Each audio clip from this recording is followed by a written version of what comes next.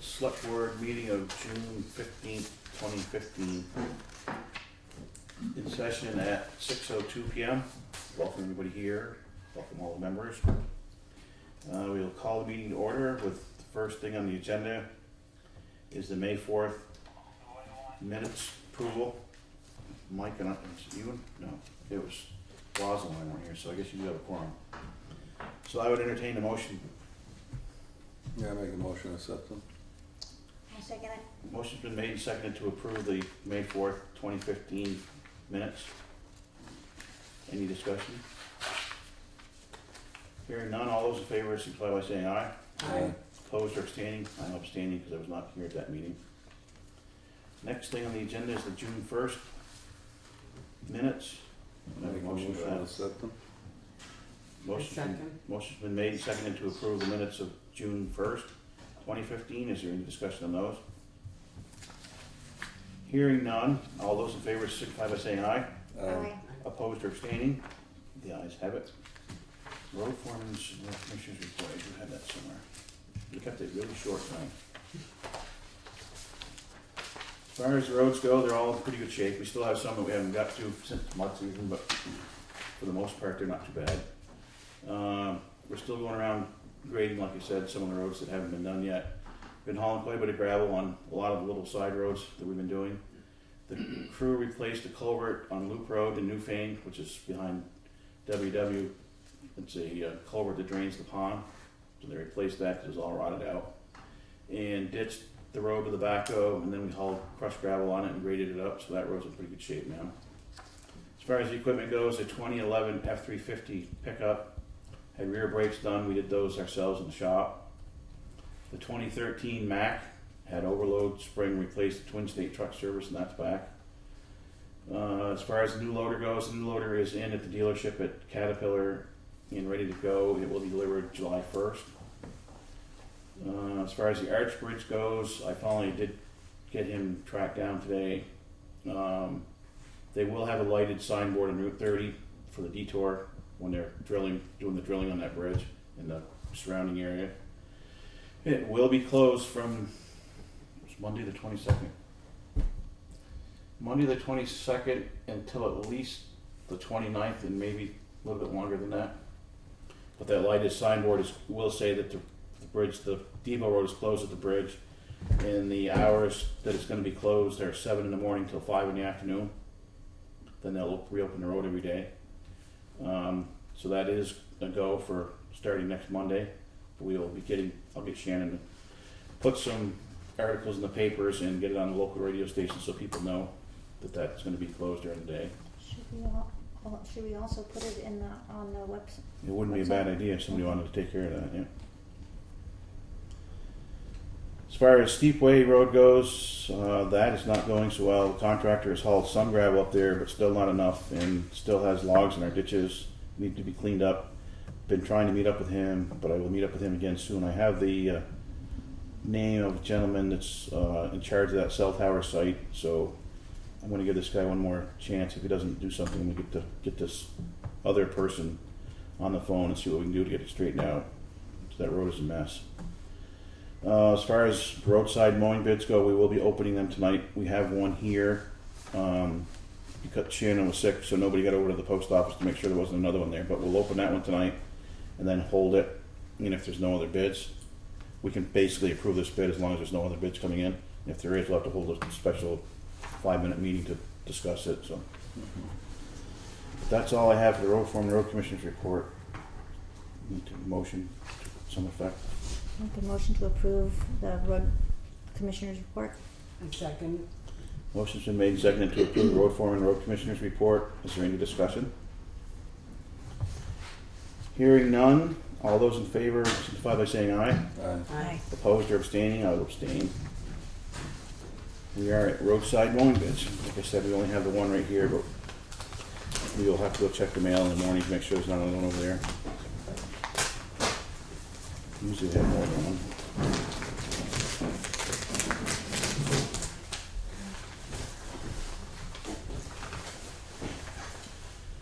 This bid is from Andrew Rockwell. Usually does our roadside mowing. Dear members of the select board, I would like to submit my bid for the Newfane Vermont road mowing of 2015. My bid for road mowing is $4,800 for the 2015 season. My bid for the landfill mowing is $275. As you are all aware, I have all the required safety equipment and insurance. The only thing he doesn't have down here is the over-the-rail mowing, which we'll have to, he said he's going to try to get a mower for that, but I think as right now we should probably, I don't know if you want to accept this or you want to wait till we check to see if we have, I think we should wait. we can hold off till, Yeah, might as well wait and see if we get the other. Did you ask him about the rail one too? yeah, he said he's trying to get one. We haven't got one yet, so if he doesn't have one, I don't know what we will do there. Well, I'll have to talk to him some more, but we'll hold that for now till we make sure that there's not any other bids. And how long are you going to wait for any other bids? Well, the bid had to be in tonight, but nobody went over and got the mail today. Christiana was sick, so there could be one over Wait the till- mailbox. So. You're If gonna not, make, I'm sorry, that's gonna be postmarked for today? yeah, yeah. I'll have, I guess if not, I mean, you could just go too. If there's no other bids, you just accept that one right, and find out about the over That's the right. morning. right. If you want to make a motion, somebody wants to make a motion to that effect.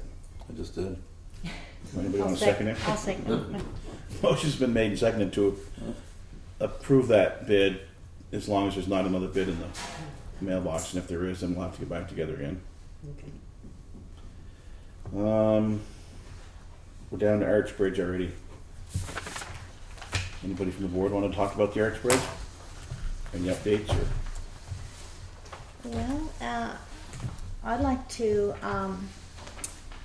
thank the webmaster for putting on the information, 3 reports from Vermont Transportation, Agency of Transportation, about what they've done, what they've presented to us before, but like scoping report.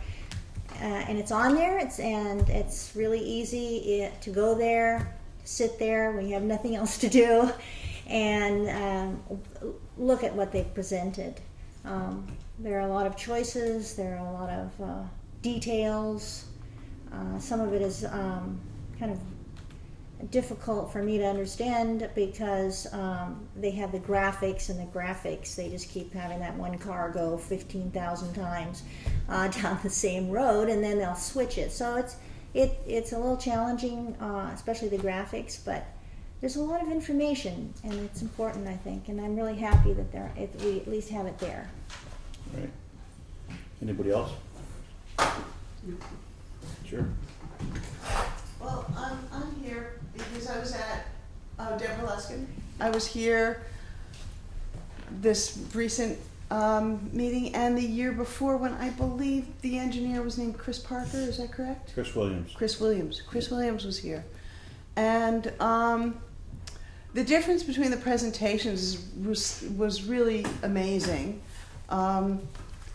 Chris was very respectful and informative and was really trying to elicit from us what we wanted, which was not, I thought, the experience I had certainly last month when the engineers really kept saying, this is what you need for the best safety, even if you don't want it. And that really made it for very difficult to evaluate their information.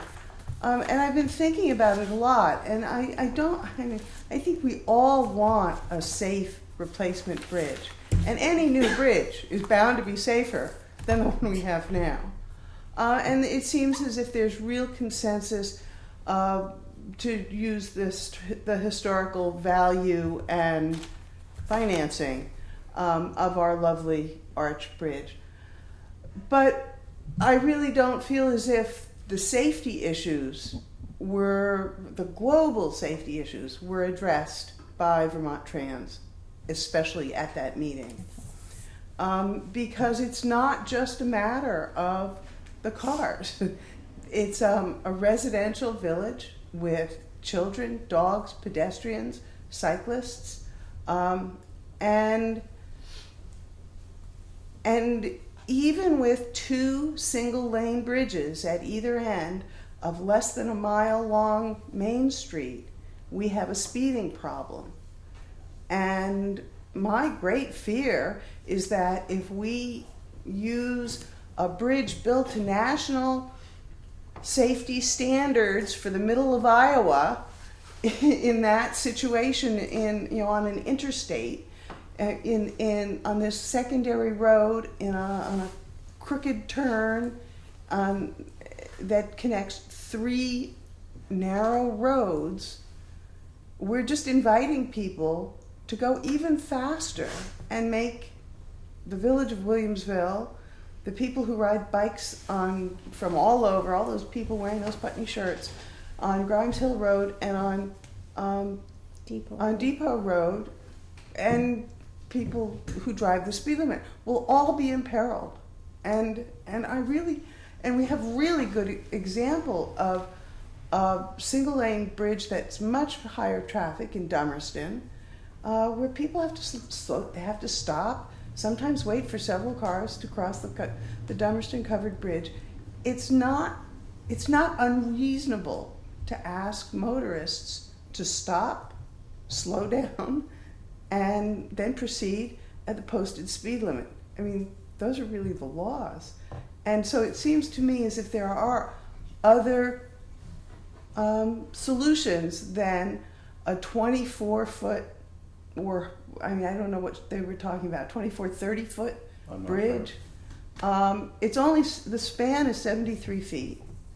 Every time I drive, I'm thinking about that video, which I think is incredibly deceiving, because the way the bridge is now, and I don't know if the replacement will be the same way, the Depot Road end, the south end, is higher than the north end.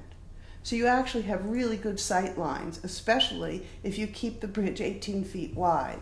You can see who's coming down, you can see who's stopped, no matter what the size of the rails. So in that direction, and I imagine it works the other way. You're higher, you can see what's below you.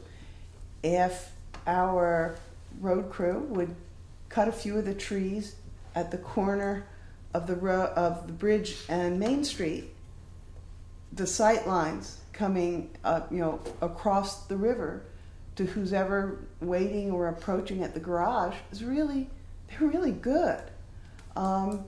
So what Chris Williams had suggested was that we replace it with an 18-inch bridge. 18, not just a little narrow footbridge. Everybody get out of their cars. No, an 18-foot. Swing with a rope. An 18-foot bridge, as it is now, which is technically you can get 2 lanes out of that. He made us understand, although it's not to Iowa standards. But we stripe it for a single lane bridge with your 10-foot lane in the middle, and then you've got 3 feet shoulders on each side. So when the plow goes by, or an oil truck, or a school bus, they can use more than the 10 feet if they need them. But the rest of us will stay on the marked, painted, striped middle lane, a single lane. And some people might have to wait for 2, 3, maybe in the morning for 5 cars to go through. This is not, in my opinion, a hardship. For the quality of life that we would get, Chris led me to understand that we could still widen the Grimes Hill end to make a wider turning radius for trucks onto Main Street. However, I'm also wondering, given the condition of Depot Road, if the town has any interest or rights to just forbid through truck traffic on Depot Road, put it all onto Grimes Hill. No trucks have to go over that bridge. They have to go by my house. This is not in my best interest, but it is, I think, for the safety of everybody involved, our best interest. Something to consider. But I really wanted to voice my objections to that presentation, which was incredibly unprofessional. The way they just rammed their opinion about what we should do. I didn't get that sense at all. I mean, Oh, they kept saying that we could do what we wanted to with that bridge, and they're still saying that it does not have to be a two-lane bridge. And I didn't take that meeting that way at all. I thought that they were very nice about it, and they've been very nice about it. And I didn't. Well, I'm speaking for myself, although I discussed it with other people who were here who had that same reaction. That even though they kept saying it's our decision, there was a snideness to, like, if you don't choose what we've presented to you, you're stupid. I didn't get that either. Oh, Deborah. oh well, I that's think- good. No, I just, I didn't. I think they continually were saying that their recommendation is a two-lane bridge, because in today's world with bigger cars and more trucks and more traffic, they felt it was safer. However, each time they said that, they said, look, you're the people, residents who live here, and it's going to be totally up to you. So I'm sorry that we see it differently or hear it differently. I actually heard them making a point of always reminding us it's up to us and it's going to be our vote. And what they were recommending was that in today's world, which is different than 100 and something years ago when they had a one-lane bridge, that they highly recommend 2 lanes. So that's what I heard. Well, I'm really glad to know that I'm not the only, that I heard it in a prejudicial way, different from yours. That's good, but I also want to just address this issue of 100 years, which is the lifespan of a new bridge. Are people going to be driving trucks and cars in 100 years? And what, do we need? Are we really thinking in a forward manner if we're building for growth 100 years from now, the same that we've seen in the last 100 years? I mean, we cannot foresee the future. It's the problem with planning.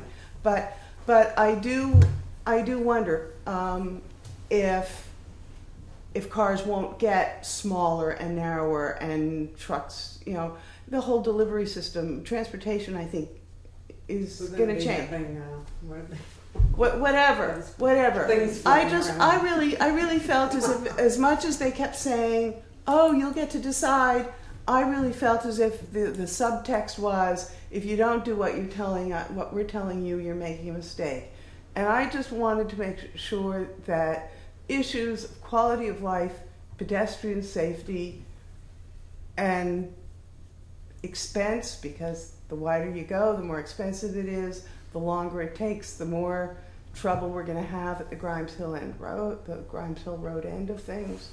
I just wanted to make sure that all the safety issues were on the table, and that this earlier suggestion from Chris Williams from Vermont Transportation seemed, it was a different board, but it seemed as if the board really liked that possibility of, we have the width for when we need the snowplows, for when we need the emergency vehicles, but on a day-to-day basis, it's a single lane road, people drive down the middle, and they wait their turn. I really appreciate that you're here and you're expressing your thoughts and feelings about this. And I know that at the end of the presentation, I think it was Jennifer and perhaps another person gave their phone numbers, or at least it must be on the video. Is that correct, Carol?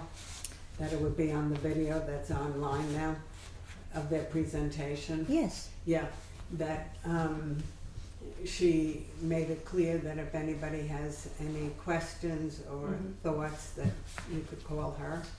And certainly we'll take into consideration what you're saying, but we also have no power. Ultimately, it has to be the vote of everybody, or the Right, I residents. understand that. Yeah. And that's also one of the reasons that I'm here, because if it's a special meeting and I moderate it, I will not speak at the meeting. And I have thought about, I will take into consideration calling her. I've also have a whole commentary working you know, Or as a maybe broadcast right, on the radio, which may not be the best way to approach this either. So, but I don't feel as if the scope of safety was really addressed. It was just, it's the safety of cars traveling quickly was addressed. They're actually gonna come down, all of them, so that we can meet at the bridge, and we can go over all the safety stuff.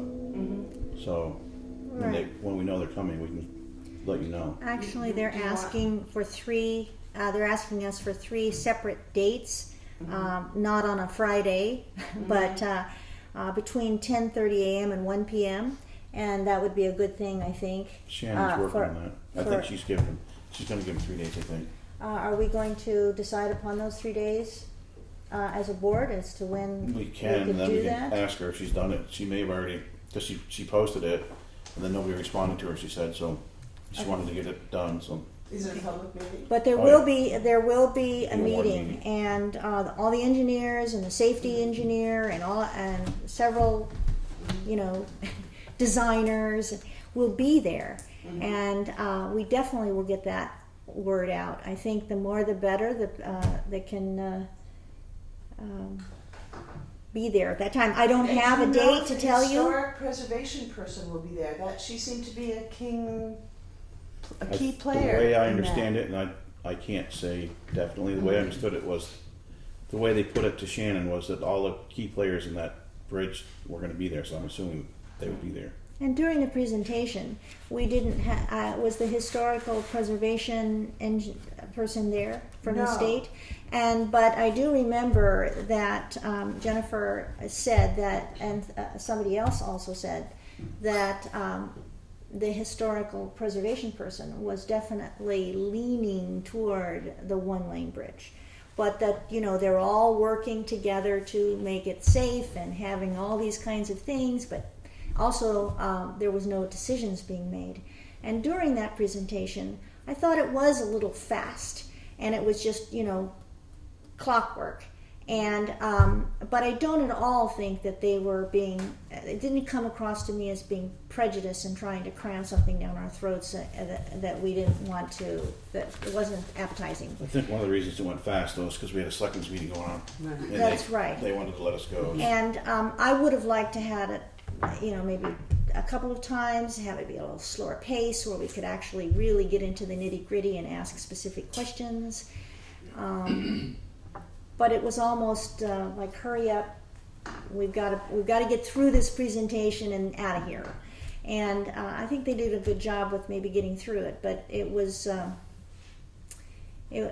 definitely, I think we needed more. Well, I'm very reassured. So thank you very much.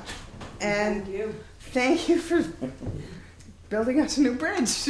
Maybe. It'll probably be a different board. Who knows if we'll all still be You here. wanted something else though too tonight. On the Oh, agenda. there Just look at it right now. 2 other things, but there's just one. Actually, now there's just one. The board just prior to you, which includes 2 of you here, so generously gave your stipend toward the town's PA system, which has arrived. We've got it. It's been used by the Historical Society. I thought because we have it, it's not likely we'll have, we want to use it for as long as possible. Can't depend on the generosity of future boards to replace it should it go missing or get broken, that we could have a policy about use. And I offered to help Shannon do that.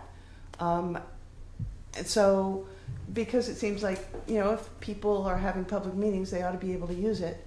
Right. But we need to be sure we get it back in working order. So you're working with Shannon on that now? Well, I'm suggesting that Well, I think it'd be a you great allow idea. me to do that. I do too. We'll bring it to you for approval or something like that.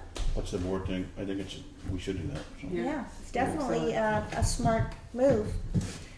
We do need to maintain our equipment and make sure that it comes back safely and in good working order. It's just good policy. So I'll work with Shannon on that, Yeah, and we'll bring it to you sure. for some, in a draft form for some. That'd be good. All right, Great. that's it for tonight. Thanks. Does anybody else have anything on the experts while we're? I was actually just thinking about that. I didn't make it to the presentation, but I've been thinking about this whole thing of the single and the double lane. It might even be safer with a double lane. Because right now, you have it that you stop coming off Grimesville or from Williamsville, yield or whatever, to bridge traffic. If there's a double lane bridge, you can stop the traffic coming onto the bridge at the end of it, and then they look both ways and go. And actually, at an intersection like that, the guy to the right has the right of way anyways. So if the guy coming through on a 2-lane bridge, he would have to stop before going onto Grimes Hill Road to make sure traffic wasn't coming. And that would slow him down that way. And then, like I said, it could even make it safer. Just a suggestion, Yeah. but it's a thought, They said that there's a lot of options that they can There do are. as far as Yeah. narrowing it down with paint, putting up all kinds of stop signs, whatever people want to do. So The Blinking problem lights. is really not the bridge, but the drivers. Well, I mean, And that's that's why not gonna- one, And that's not gonna change, Right. so. being a one lane though, they don't Option stop one them because they bridge try to is keep not it bad. coming. but hopefully they have that meeting fairly soon. And Yeah, we're under a time crunch, and that The way they're we building needed. the cars, they might want to bank it a little bit because they're making these cars go a lot faster anyway. So when you're coming in there, We just- need to make a for the decision future, I was by looking the. at. Oh, sorry. We need to make a decision by the end of August. So it's creeping up. Will we have a publicly warned meeting and vote? it, Do the we can citizen- do, I mean, do whatever. Uh-huh. I don't know. Do the citizens want to have that? I don't know, I'm just asking as the Yeah. town moderator. We can bring it up some more and see what people want to do. Yeah, if we have this room, I would think full of people saying, we want to know. That might be convincing, but we need to know. If if the citizens want that, then we need to hear that. Well, there are lots of ways there's There only are. one binding way of finding out, and that would be a vote. There was a Facebook poll, which was overwhelmingly in favor of a single lane bridge. There's one person who said, we made a mistake with the covered bridge, let's not do it. But his was the only voice against it. And this was But on that was on the South Newfane Williamsville South. website. Right. It's completely, that's but- as arbitrary as who shows up at the polls, but who shows up The at the problem polls I have is with that actually. though is, did everybody explain to them what the safety concerns are, and was it explained to them that there could be pavement markings put down there to make this work? I mean, sure, if you ask anybody, they're going to say, yeah, I want a 1-lane bridge, until maybe they hear the other side of what the state's saying is this could be a whole lot safer for the town of Newfane to have it this way. But I don't think any of that was presented to them, so to me that poll is, until they hear everything, it's, Right. Well, That's well, fine. 'Cause I've talked that to- was my point. is I have that talked to that quite a was few people just- that said, why would you want a 2-lane? So you start explaining it to them, and they go, oh, that makes a lot of sense. I didn't hear that side of it. So Education is always the key, and that's why we need to get as much information out and tell people when we're going to be meeting with the engineers again, so that they can come and they can listen and they can make an informed decision, and then come to us and let us hear that.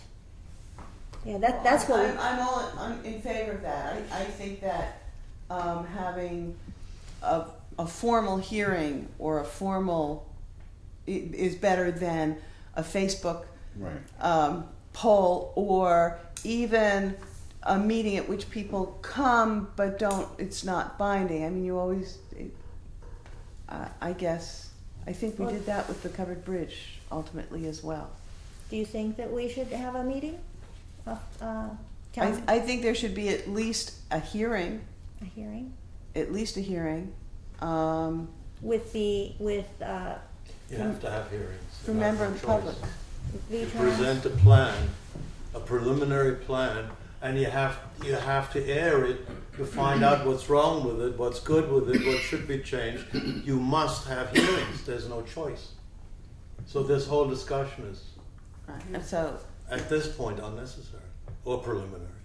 preliminary, but he probably knows, But I guess we need to find out what the rules are and follow them so that we don't find out we have to take the bridge down after we've built it because we didn't follow protocol. I don't think that's going to When you happen. build it, make sure you don't build it from both sides. Make sure you build so they meet in the middle. Russ? I'd like to make one comment.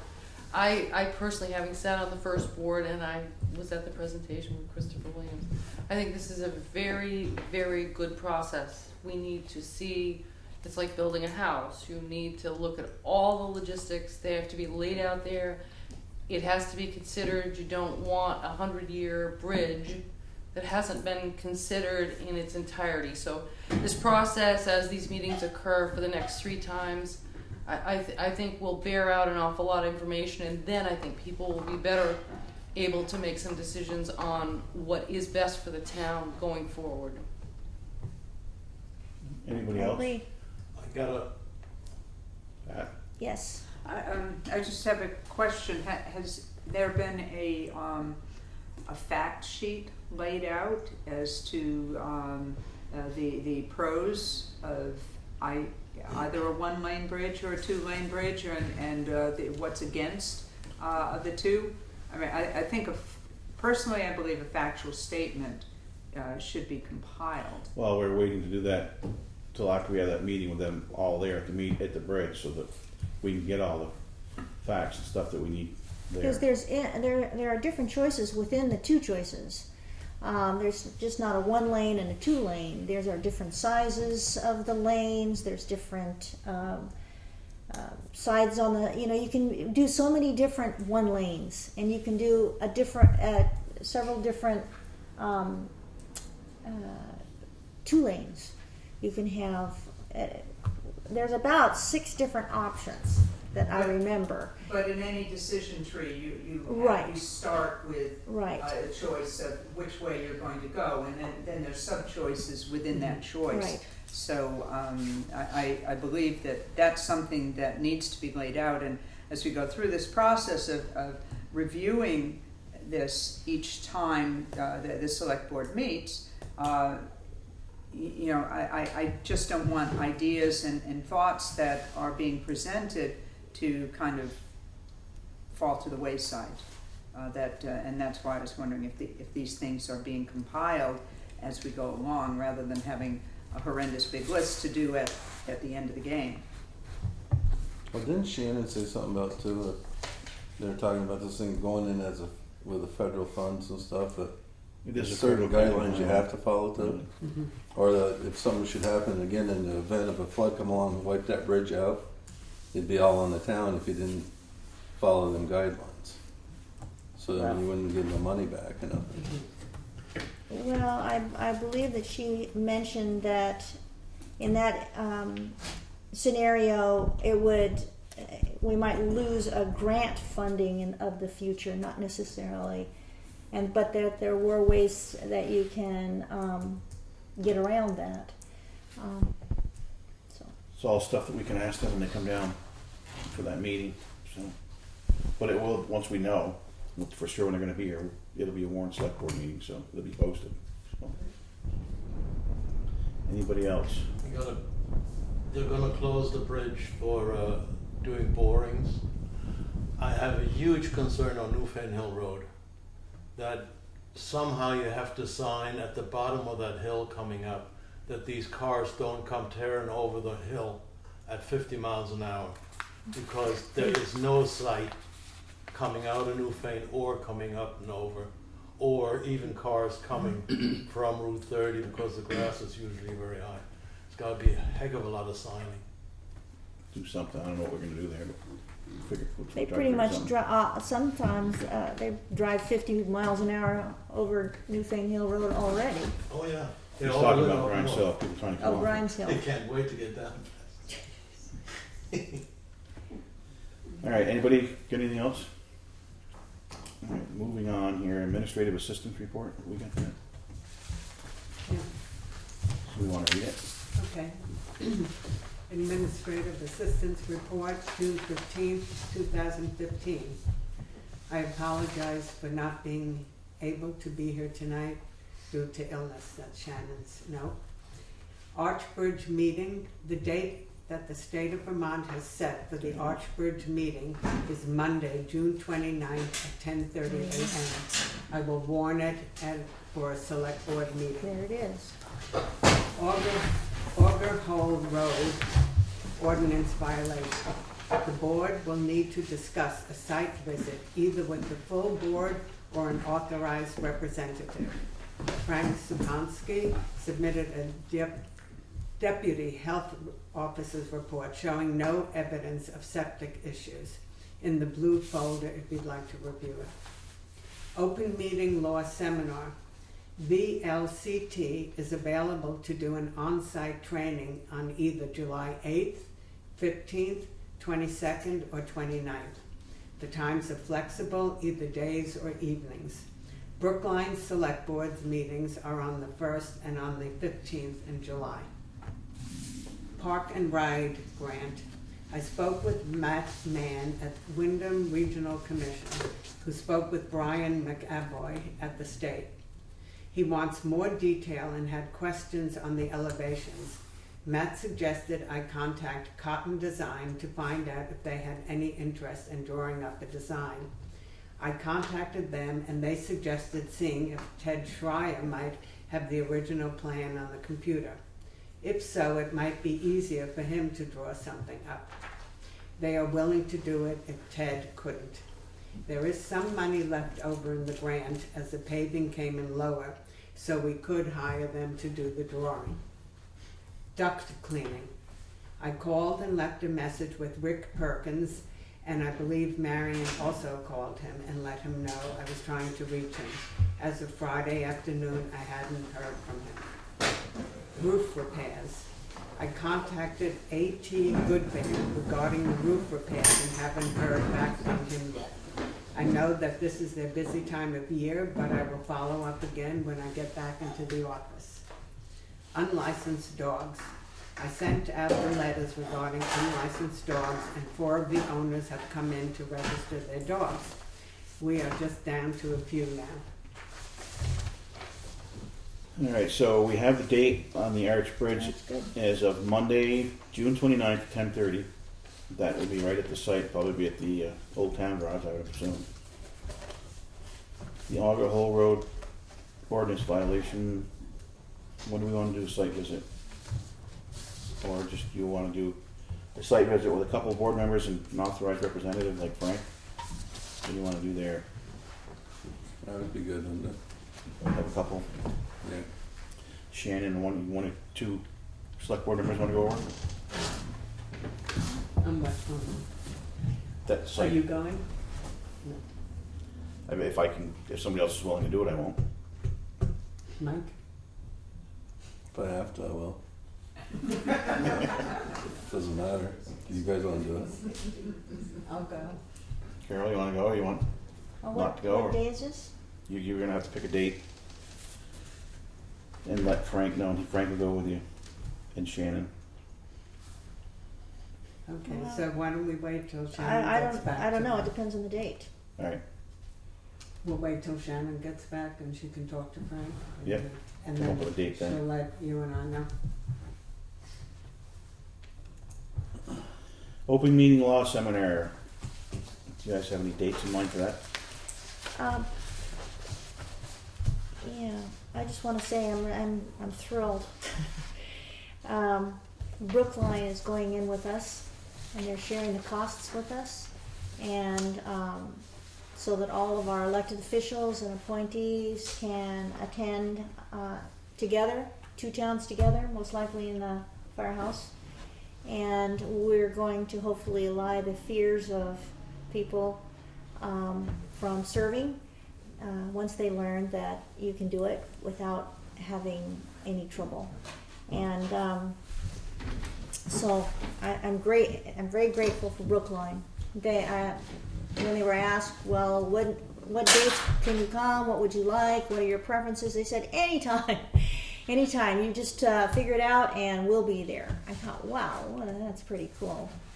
So anyway, so we have July 8th, not the 15th. What was wrong with the 15th? That's the same night as their meeting. Oh yeah, One that's right. select board meeting.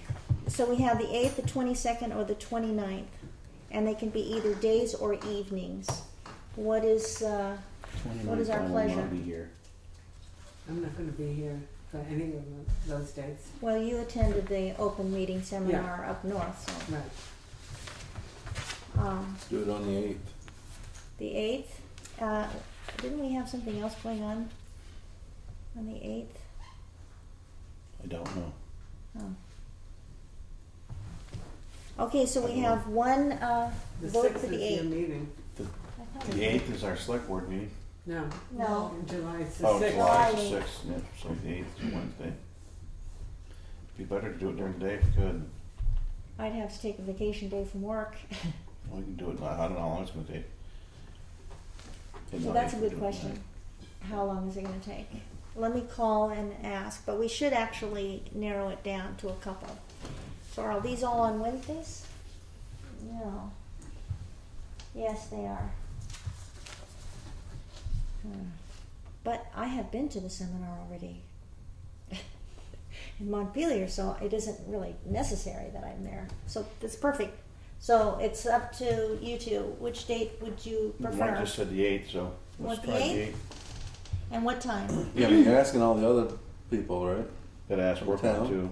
Yeah, It's but all the- the offices, right? Right. that's So I don't true. know if a days would work good for a lot of people, you know, if they're working other jobs. So you think in the evening? Early evening. 6, 6 o'clock? Okay. 5:30, something like that, either one. We're gonna have to eat supper. Try the 6th and then make sure Brookline can do it. So And July 8th, 6 p.m. yeah, make sure there are different committee members. All the committees we have out there. Right. Can do So it. we'll get out the word to all of our appointees and elected officials. See how that works. Then if it doesn't work, we'll have to come back and do something different again. Okay. Park and Ride. Matt's actually here. Matt, did you want to speak to that? Park and Ride? I just in the conference with Shannon, or the call with Shannon, just to kind of try to formalize the plans a little bit more, is what Beachram was looking for. So we'll have Shannon get a hold of Ted Schreier, see if he's willing to do it.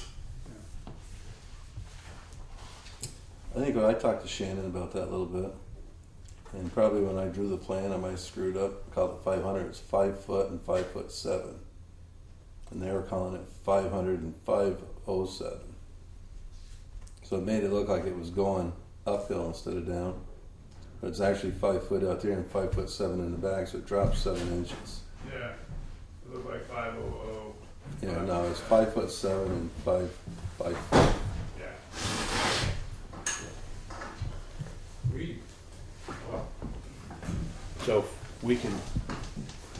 So you want to talk to Shannon again then? Yeah, and maybe I'll call that guy from the state too. Yeah, that'd be good.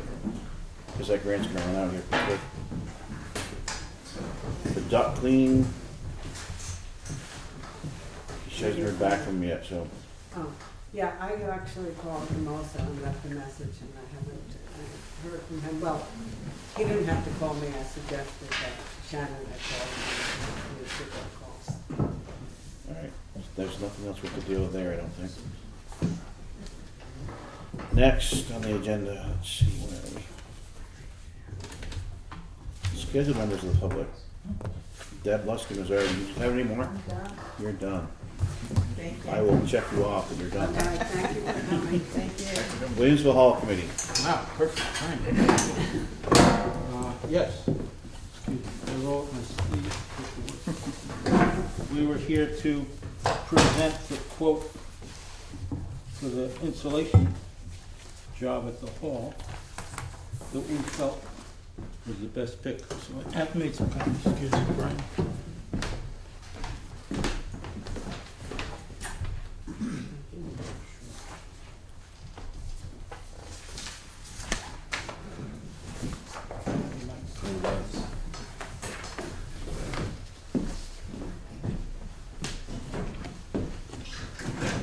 So, Brian went on, checked with Efficiency Vermont and got a list of qualified contractors and contacted 5 different ones who work in this area, and after reviewing them and having them come to the hall and do pretty detailed quotes, we like this company the best, Four Seasons. They're from Keene, New Hampshire, but the man who owns it actually lives in Dummerston. And he seemed like the best price for the value, for the quality of the work. And he's very well regarded by other municipal entities and other people. So we'd like to present him as the candidate. And it's just about the amount of money that's left in the capital expense budget for the hall for this current fiscal year. So this is including the basement close? No, actually, yeah, it's right. It's just the top part. Right. The 3470. yes, the cellulose application. That's the ceiling. The others were other parts of possible insulation projects that he quoted. But we're just sorry about that. We're just looking at the first quote, the 3470.60. You gotta look up Chris, do you remember when it's over a certain amount of money, it has to go out to bid, isn't it? Yes, it does. Sealed bid, right? Yeah. Well, I was right. I didn't. When I spoke to Shannon, she indicated to me that you suggested we just present the bid that we thought was Do the we know what best. that certain amount of money is? I think it's 2,000. Yeah. Excuse me? 2,000? I think anything over 2,000, according to our bid policy, is gonna go out. to Yeah, bid. that's why I was a little confused about this process, but I mean, it's up to you guys here on the board, but I don't wanna do this and then yeah. have the next person come in and say, hey, you didn't make us do this. Yeah, so I don't know how to proceed. I questioned Shannon. She thought that you told her to do it this way, so we're here. This is our pick. All right. So we have, I don't know if I have them. She has the other bids from other contractors too. All right. So if you want to, but yeah, he was the cheapest and seemed like the best value for the money. All right, let me check with Shannon when she gets back. So, We can wait till the next meeting, yeah, sure, that'd be fine. then we'll know for sure from Shannon, we gotta, Yeah, Put it out to bid. get the process Right. straightened out. Okay. Of course, we'd love to have it done before fall. That'd be nice. And I do have a question. In the budget, there was a line item of $5,000 for hall capital expenses. And I was wondering if that was earmarked for anything or it was open. don't remember, do you remember, Chris, or Mike, when we did the budget? I think it was just for stuff like this that was coming up, I think, wasn't it? Yeah, just in general. Just to proceed. Yeah, because we have approximately $4,000 in the hall donation fund, which, maybe with that money and the $5,000, we could put it together and come up with the next phase of Yeah. improvements. All right. Yeah, I think it was just there so that you had some money to work with and Mhm. kind of keep going along with that little by little, so. Yeah, okay. So, Board, everything for Steve? Did you want to say something? I was just gonna say, Oh. we had also corrected where we weren't running it into actual capital, we kinda, over those 2 years, we corrected that, so it kinda rolls over as a fund, Right. that's not used. Anybody, anything else? So we're going to have Shannon put this out for a bid? Well, we'll ask her whether we can just do it this way or whether we have to put it out to bid. If we have to put it out to bid, I'll have her get a hold of Steve again and yeah. we'll just do a formal bid. Okay. Great. I think what was Shannon said at one point, as long as you ask more than so many people to submit a bid, it's Yeah. legitimate. Oh. Yeah, because there was 5 people. Yeah, it's on fine. it? Yeah, it'll be 5 people. Yeah, we'll just verify it with her and then Okay. we'll go from there. Good. Anything else from the hall? No? Water's behaving itself? Yeah, oh yeah, did that the pump get raised yet? No. No, it's been good. But it still would be a good idea. Yeah. Oh, and also, would it be possible for the town to buy, like, I don't know, 6 or a dozen filters to have on hand? 'Cause, Where do you get them? Do you know? oh, probably Brown Roberts or WW? WW, probably order Just come over some. and get a PO number for the Williamsville Hall Okay, if you want to have great, it on hand. yeah, oh, very good, I'll do that. It'd be nice to have some extras. especially when the party is about to begin in the. We don't, the road crew doesn't do anything with that basically in the summer, so, Yeah. unless there's something really happens to it, but we do it what we can with it in the winter, but it's up to you guys in the summer, Okay. so, So I'll get a PO from Shannon. yeah. Order some. Great, thank you. All right, Pat Weisbrich, Planning Commission, networking email. Thank you for letting me have this agenda item. This came out of what I brought up last week about contacting members of the community to help with the town plan. Just parenthetically, I noticed that there was nothing in the minutes regarding what I said last time. But maybe it just wasn't important, I don't know, but it was not in the minutes. But as the Planning Commission goes through the town plan, and as Tristram Johnson so eloquently presented at town meeting in March, we really need to have the community involved in the town plan. After all, this is the plan of the town. It's not the plan of the Planning Commission or a couple stray people that walk in. We really should have community involvement. And I know that there is a plan in place for warning meetings and having things posted, but I think Gunther said something last week that really resonated with me, and I hope I understood what he was saying. He called it post-mortem nuclear. Was that right, Gunther? Did you say that? Those are words I don't even know how to spell. I thought it was you. No. It wasn't you. Somebody used the phrase, I'll take your name off of it then. Okay. Somebody used the phrase post-mortem nuclear. And what I got out of that, and maybe you who are here can help me out with what that really meant, but to me it was, we have these issues in the town and they're warned in their meetings that nobody comes to and nobody talks about it, and then it comes to a vote. And that's the post-mortem part, that all the stuff is done, and then nuclear is the way it explodes at the time of the vote. Is that what you got out of it, Well, Carol? actually, I heard him use a couple of other words in a phrase that actually I might not really want to repeat, but it had the idea. No, they can actually go and listen to it themselves.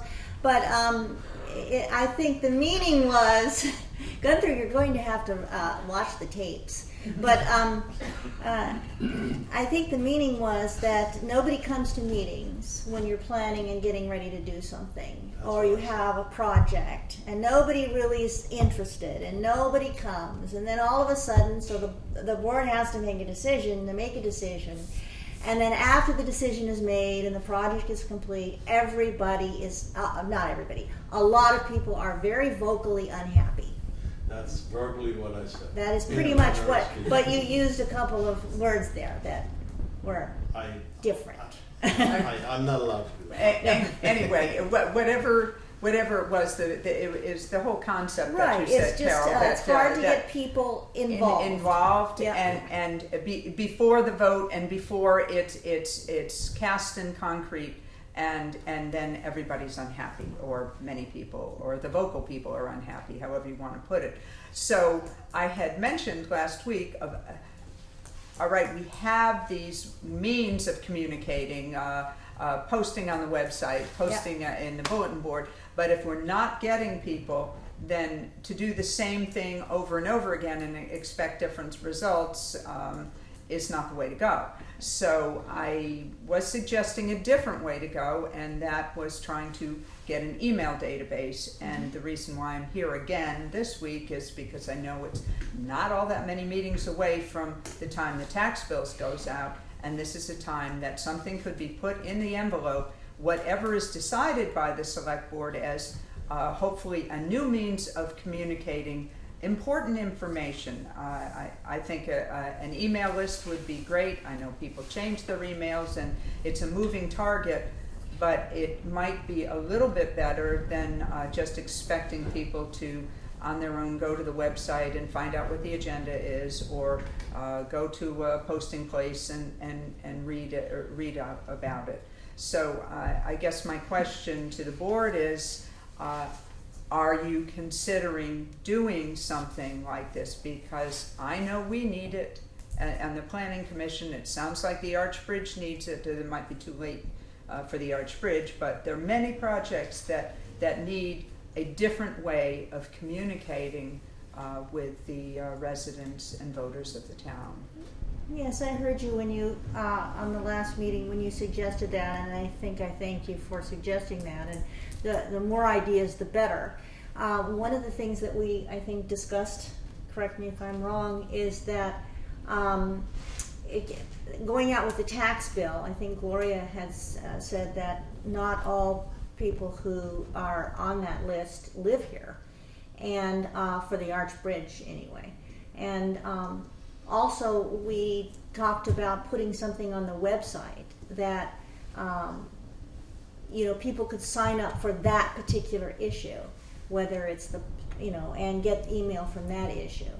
And then there's also the thing that people get so much email coming in on their site that it's like junk, begins to be like junk mail, and not everybody has a computer. So there's all these other things, but that's a great idea, and perhaps I don't think we've really seriously talked about doing something like that.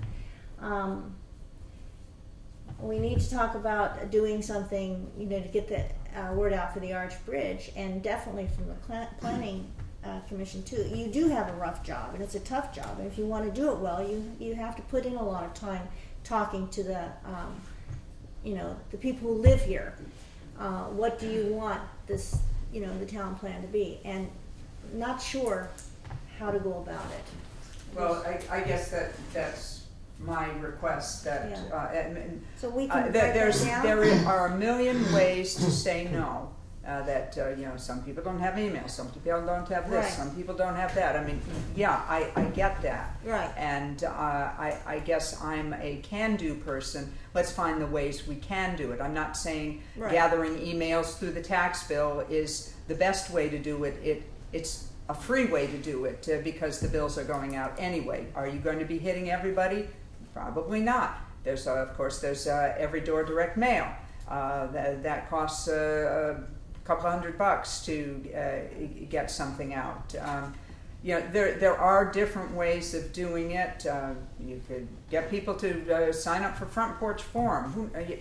I guess what I'd like to see out of the select board is a committee or something, but a decision that is made that yes, we are going to go forward and in some way, however imperfect, try to improve our reach to the community, and that's essentially what I'm asking in that department. And if I can go on to the next issue, but if there's a question. The famous word again is hearing.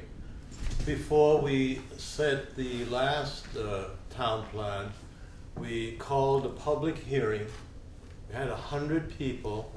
We subdivided into groups based on the sections of the town plan. We had the big boards, wrote down suggestions, passed the suggestions in to a large group.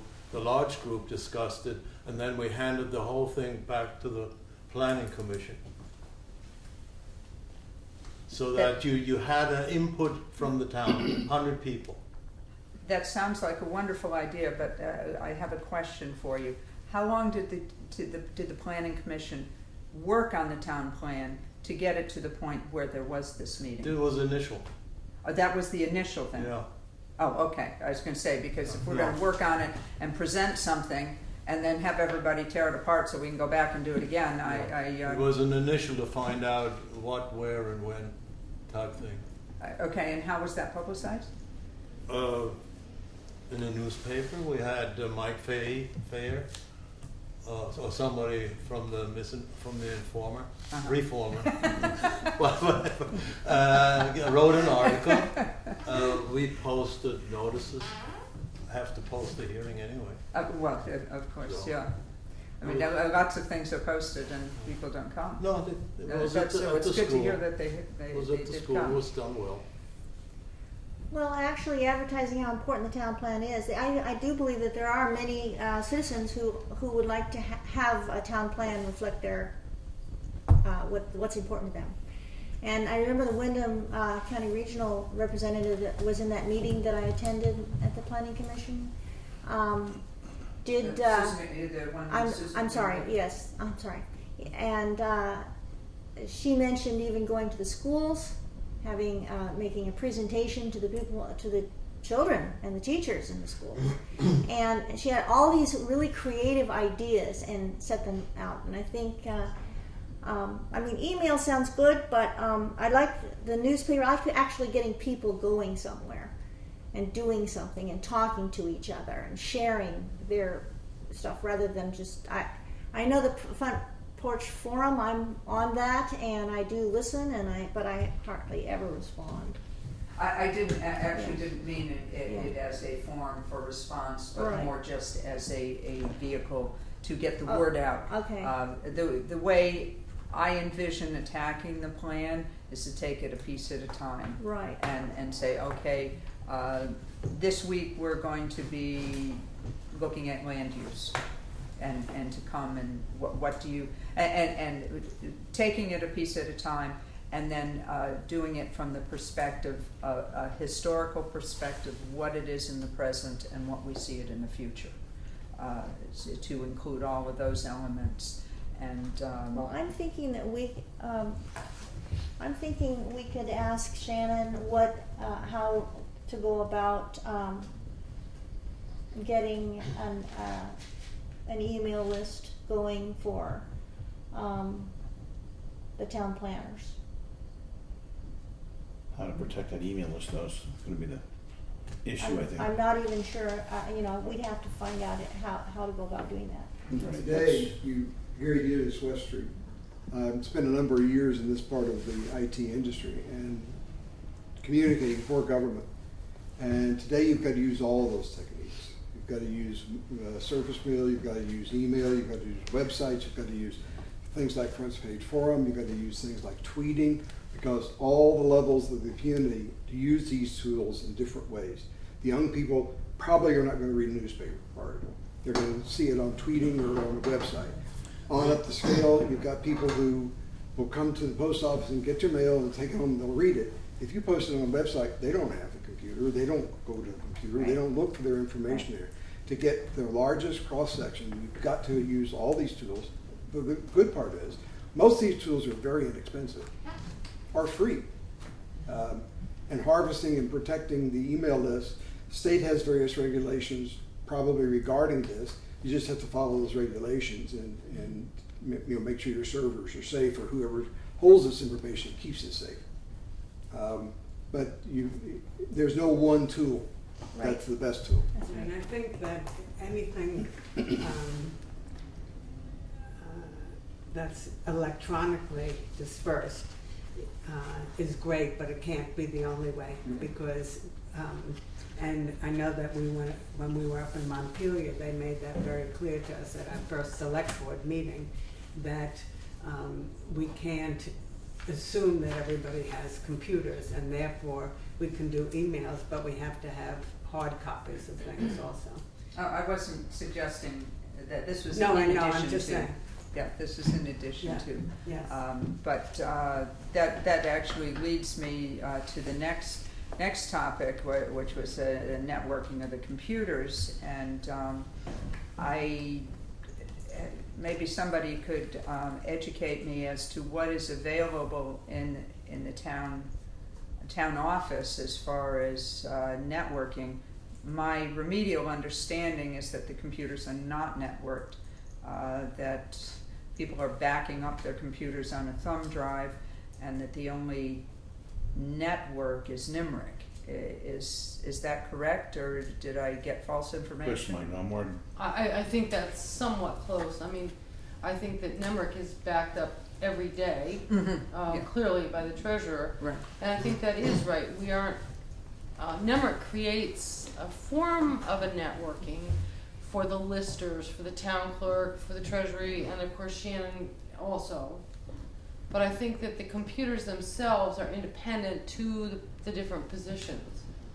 And So- yeah, I think that's something that does need to be looked into. I mean, just as a practical example, working on the town plan, if I'm working on it on my own computer, or maybe I get to use somebody's computer in here for some reason, that information is resident on that computer and that computer alone. And that doesn't bode well for me meeting my Mack truck out on 91 or whatever, that all that information goes down with me. And so I think that at least for the future, maybe future budgeting, you should think about getting everything networked. But with NEMRIC, do you know, does NEMRIC function as a database where emails can be collected, at least from you've got all the property owners, because you can get your tax bills and all the properties. Is there a database of emails that are already there? That's very possible. I'm sure there is. So The data that- record, the property or the owner's card, which is their property record, tax record, et cetera, probably has a field for capturing their email address. But NEMRIC itself is a municipal accounting system, and it doesn't necessarily share with anybody who's not part of the municipal accounting process. It's not a network in itself. It's an application for doing municipal accounting, but it may very well allow you to capture that information. I mean, it is a database, so It is, yeah, it's an that might accounting be database. one way. And I have no idea if these, if there is an email field in that database or not. And Something that Shannon we'd have to ask Shannon. Yeah, I think Shannon would be the The one really go-to that. person. All right, we just kind of look into all this different stuff here in the next couple of meetings. I don't know, and we can. Work with Shannon next time she's here. So, look Would into you it. like me to do anything with Shannon and to work with her? I mean, I'm happy to do that if that would be helpful. If I'm overstepping my bounds, just say so. I think it'd probably be the best. She knows what she's looking for, so. Right. She could at least get you started, I would think. Then she can bring it up to the board too, after you talk to her for. Okay. I'll be happy to Right. pursue this with Shannon. Good. Thank you. Thanks. Thank you. Unscheduled members of the public. See, there's a lot of unscheduled members of the public out there. Does anybody want to say anything? How's Steepway? Steep, Oh, a mess. Almost, not ready yet? Okay. Well, it's got SurePack on it some, but they've not done a very good job. I gotta go up and meet with them again right off. They don't work during rainy weather apparently. Of course, they're a road crew.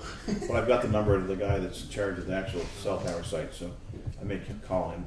Had they finished the pole sets and started running the primaries? Up to the tower. Yeah. The poles are set. That's Yeah, about it. and last time I was there were no primaries and there was no backhaul in place yet. They made Everything's it. stubbed out and that's it. Yeah, they made a pretty good mess of the road during the winter, and they're supposed to be straightening it out. And I've had several conversations with them, so I will get after them again. The other thing is, our church just set the oil price for the year at $2.50, just in case anybody cares. I know you haven't done anything, right? We should. About 6 months ago, when we had a building committee before the open law decided that it was ridiculous for us to speak up a continue. little bit. Yes, before when I was on a building committee, I had contacted David Ryan, who had done the addition on the back of this building, and asked if he had a copy of the plans. And as Gloria couldn't find them, they didn't seem to be available in here. And we, as a building committee at the time, thought it would be handy to have them. Well, he just got back to me, probably stumbled onto them, and wondered if the board would like a set. Yeah, that'd be Yeah, that'd be good. I don't think Definitely. he'd, charge more than what it would cost to make a page copy, so I that'd think be- it would be that'd be really very handy to have in Yeah. some way file it, so it can't get lost again. Right, Okay, I'll call him and maybe have him call Shannon. Thank you. that'd be good. Thank you Sure. very much. Todd, I have a question. I've been to the zoning board. I've asked questions about South Wasboro Road, the width of it. From what I understand, the width of the road is 24.75. Now, can anybody use That's from the center of the road, right? from the center of the road? Yeah, it's a 50-foot road, right away. So, Who is can this? anybody use, like, from the edge of the road, Who is it? there's another, 15 feet? Because the road is 8 feet wide? You'd have to measure it, I don't know what it is up there. The South Wasboro Road. Probably more than 8 What's feet. it? Varies. Kinda does this. all the way through here. And this. But see, I was told that all the way up South Wasboro Road, from the center of the road is 24.75 the town owns. Now, can I use any part of that piece of town The road? town, the town right The away? shoulder? The Within shoulder. that 50-foot right away, or 3-yard road. Probably depends on what you're doing with it. I mean, there's zoning and all kinds of stuff in there and all this stuff, so. Well, can I build a stone wall 8 feet out? I have to ask the zoning. I doubt it. We'd have to look it up and see what Well, it I is. can't find out. I've been to everybody. Merle doesn't have it? Nope, Merle says you gotta go to the select board. I think if it's within the town right away, you're gonna have to get permission from the select board to do it. Because remember we had issues with fences and stuff that were in the town right away? We had to get letters saying, from the landowner saying that if that fence got knocked over, something happened to the fence, that they weren't gonna hold the town liable for it.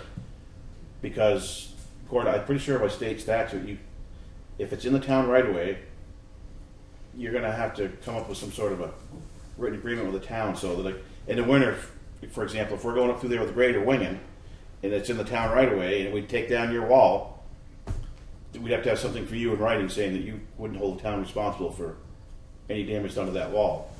Or somebody in a car, too. Right. If that's not in writing, A bicycle. then it doesn't belong. Then possible a septic system is on town property. Probably grandfather back 100 years or something. I Well, mean, I don't No, know. this was done in 92. See, I don't know much about it either, that's the problem. Well, how do I find out what's, I hate to keep dumping stuff on Shannon, but have Shannon check with VLCT.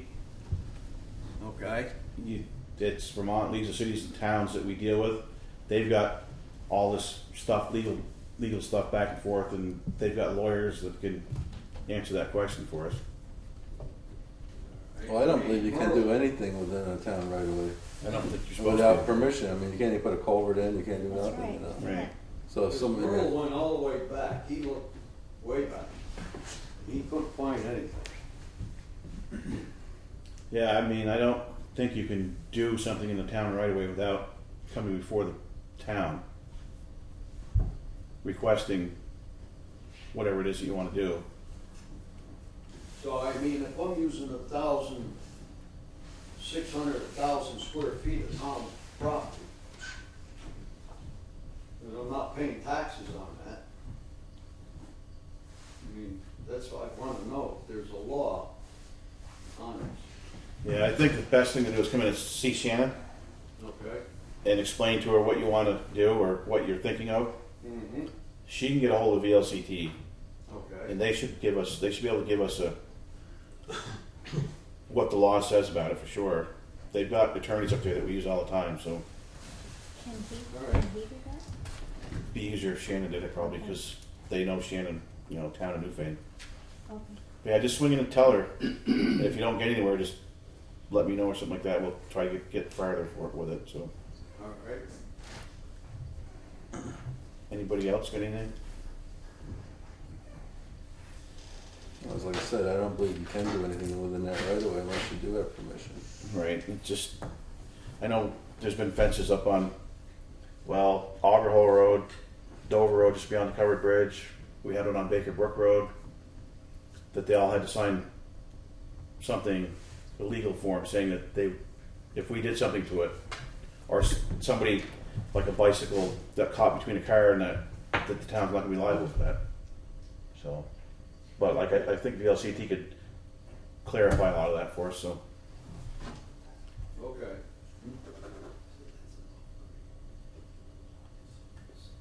Anybody got anything else?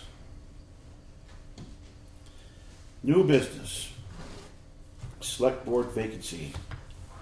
We, the board met this morning in executive session. When we came out of executive session, we accepted the resignation of Rosalind Fritz. We're going to write her a letter thanking her for her time spent on the board. But we did accept the resignation this morning. So we do have a select board position open. What we had talked about this morning, you guys correct me if I'm wrong, is take a list of the people who are interested, give it to Shannon, have her hold it until the next meeting. Then we'll review those 1 to 20, 50, I don't know. Could it be so lot? But take all those resumes and together, and then hold a special selectmen's meeting some morning, go over all the candidates and try to pick one. So it should be posted too, I believe. Didn't we say we were going to post it on the website? Yes. We had that opening. Of course, it'll be here on BCTV as well. So Post on the town, and we were also going to be putting it in the newspapers. right. Chris, Did you hold a special meeting this morning? it was a warned meeting. It was. Oh, it was. Oh, I didn't know. We were supposed to go look at roads and bridges for the new members, Yes. but it was pouring, so we decided that wasn't a great day to be doing that, or I decided. Sorry. I wanted to go, but What was the other thing we were supposed to be discussing? I guess it was just those two things. But we did not go on our little field trip, so I did go over and get my little bus. we'll be going next week. Yep, next Monday morning. So we do have interest. Gary's presented us with his resume. We'll have Shannon hold that. And like I said, anybody else that's interested, just let her know, so that we can try to make a decision in the next couple of weeks. And when you say let Shannon know, you, does that person bring a resume in, is that correct? Yep. And make sure you know what the position involves, which possibly hadn't happened at the last to the last candidates. I don't think anybody knows what they're getting into. I think that's probably very true. Experience. Yeah. That's why this side is so much safer. Anybody got anything on that? Want to discuss anything about it? Moving on, old business, town office building. Discussion and report. I don't have a report, but that's where we're all gonna make recommendations or Well, try to, we were going to do it last time, but we got we were overwhelmed with Yeah, other things. overwhelmed with things to talk about. And we did have this report by Cardinal, who did the air quality and mold, and so we went through that. We were able to go through that last time.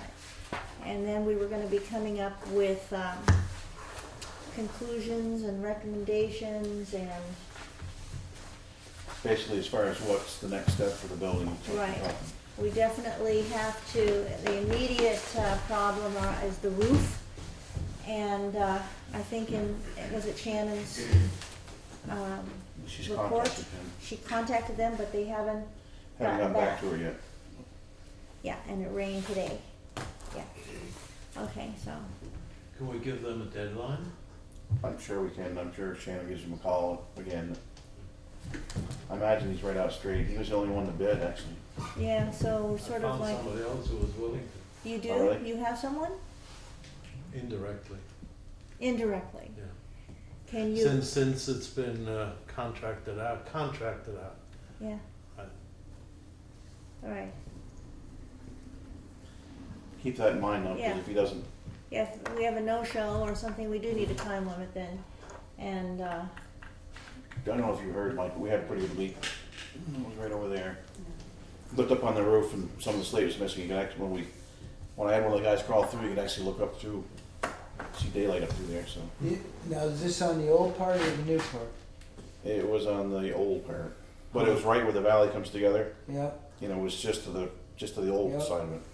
The big problem with the new part, my understanding was that they were 24 inches on center, and I urged the board to put slate on it, and not really considering the span of 24 inches versus foot and a half, and then I think later they went and put braces between them going up so that they would stop losing them.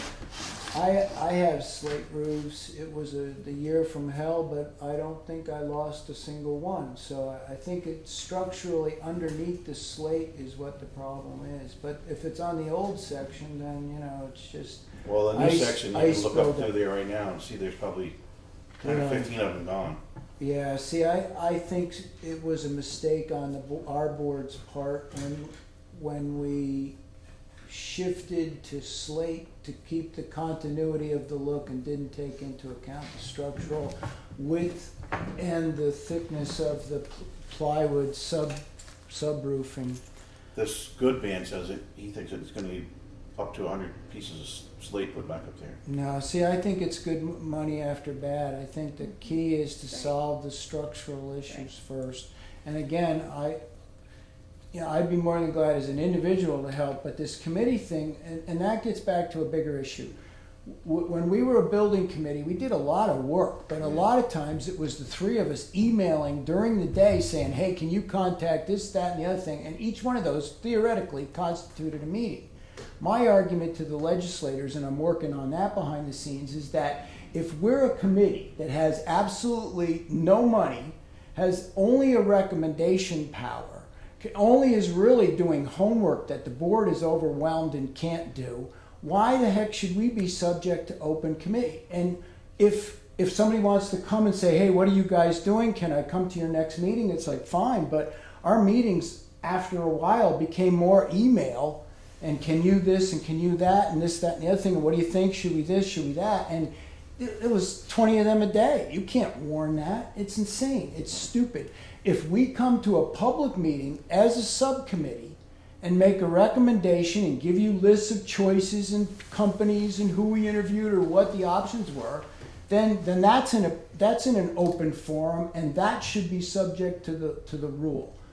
I'm sorry. I think the extent that they took down to the level of a subcommittee with absolutely no power and making that subject to open committee caused this town a hardworking committee that was trying to solve problems for the board. I think that's I hear you, and I think it is a big concern, and it's one of the reasons why I think we're having difficulty in getting people to come forward and help. And this is a perfect thing to do is if you would be willing to attend the workshop that's coming our way with Brookline.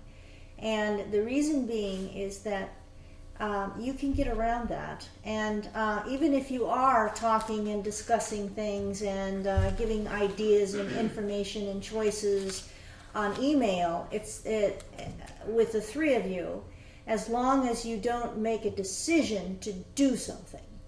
And you can share all kinds of information. You can seek questions. You can suggest ideas. You can all of these kinds of things with each other, and that's not going to be against the open meeting law. It's only when you say, George, let's go down and buy some shingles, and we're going to go with the shingle roof. Now that needs to be warned. See, we had no authority for that. That's We right. would So merely make a You recommendation probably to the were just selectmen. fine, but I can't tell Okay, well, you, we but I had don't asked Shannon, actually, know. Mhm. and when the answer came back is, you know, you're subject to open. Well, you know, we went to the open meeting seminar in Montpelier as part of our training because we're new to this job, and that's what we came away with. And I think that if you go to the workshop, you're going to see it's not so difficult to be within the law and still get things done. And so I would really hope that when we actually set the date for Brookline and the citizenry to come together, that you'd come to. Excuse me, can I ask a question? I heard some figures about the roof, 24 on center, 18, 16. Are you talking about the spacing of the rafters? Yes. And the substrate underneath the slate is plywood, not strapping? That's my understanding. And again, I think the plans from Ryan would be helpful to show that, David Ryan, the architect. I'm just trying to understand. I'm 45 years in the construction business. I know. Commercial, residential, and restoration. Yeah, I so- know. It was a huge mistake. Yeah. In retrospect, it was a huge And mistake. existing right now is 24 on center? That's my understanding, but So you got But I think when the slates started to come off at a fairly good clip that wasn't right, I think they may have gone between them, probably at least where each piece of plywood went, and put a cross piece to, you know, like a the solid seams. bridging is to a floor joist. right. And I think that helped, but I think, Slate will notoriously come off of a plywood roof because plywood is not meant to hold Yep. slate. yep. I mean, one of the other things that we had talked about was taking the slate right off the whole thing, put standing seam on it. Yeah. Yep. I don't know if that would make more sense. Or, Well, I think, my suggestion would be, let's get the plans from Ryan, let's get up there and take a look and see what it was that they did to shore it up. And if the conclusion is that the movement is gonna continue to pop slates, then it's nuts to throw money at it. right, right. Do you know if the plans from Ryan are as-built or just plans? No, they were as built. Okay, that's good. Well, one of the things that we discussed, Mike, was because this is sort of an emergency in the fact that we had a select board meeting where it was actually raining on one of dripping down from the roof on one of the select board members. That's why he's sitting this way. Yes, that's why I'm sitting over here now, because it's raining. But, so it has to be done ASAP. It has to be done, just to not have any other thing happen, which is too bad. Well, But that leak stopped. Yeah. He did fix that part. But there will be others. Oh yeah, that's working on it. Yeah, and we'll, but in the future, there has to be some long-term or midterm plan to make sure this doesn't continue to happen and just be absorbing money and money and money and Well, money. it's and tough with this repairing. building because we were going to get the thing either painted or sided or something to clean that mess up. Yep. Now we got this issue going on. Yep. It's kind of hard to figure out which way to go with this thing now. Yep. Is that plan available to the public? It- Or is it just in plan? It's in an the only place we could find it as a building committee was to ask the architect, and it took him 6 months probably to stumble onto it. And he just called me this past week to tell me that he had it. So we'll get those copies and. Yeah, then it'll be open to the public and see it. Oh, yeah, no, and then once it is, it'll be in here and available to look at. But I agree with you, and I said it, I think that night there too, is that even if it's $4,000, I mean, it's just throwing it out the window. It if is it's not throwing it out doing the window, but I mean, we got the leak stopped, you know, I mean, like you said, if it doesn't pass, rip it off and put the other roof on, come up with the money somehow. I still say we should sell the bridge to no place. Use the money. Build a new building. I think you're the one who wanted to put the blue tarp on the roof, aren't you? Absolutely, yeah. So it's something we're going to have to keep working on to get yeah, something straightened it's out. just a money pit. We definitely gotta do something with at least the front of this building. I mean, it's one of the worst looking buildings in the town of Newfane. Well, while we're on that note, the building committee disagreed. Gunther and Dennis really wanted vinyl. You know, put it on once, get it done. I kind of was the odd voice out in that, like the church, I figured the front is the facade to the road. It's what people come in. It's what people look at more than anything. Do that and paint. You have complicated entablatures and columns and things that architectural detailing that doesn't lend itself to vinyl or aluminum clad, so that at that point you at least have a facade that is old and painted, and at that point it would give us a gauge as to if the new ventilation was actually solved and therefore the paint wasn't going to jump right back off again. But I was the odd man out. We talked about maybe cedar or pine, taking the clapboards right off the front of it. Because a lot of people are saying that it's got to have moisture behind it, which is probably rotting the building from... See, I think we may have solved that. And the other thing we ran into as a building committee was we weren't 100% sure if in fact the walls had actually all been insulated.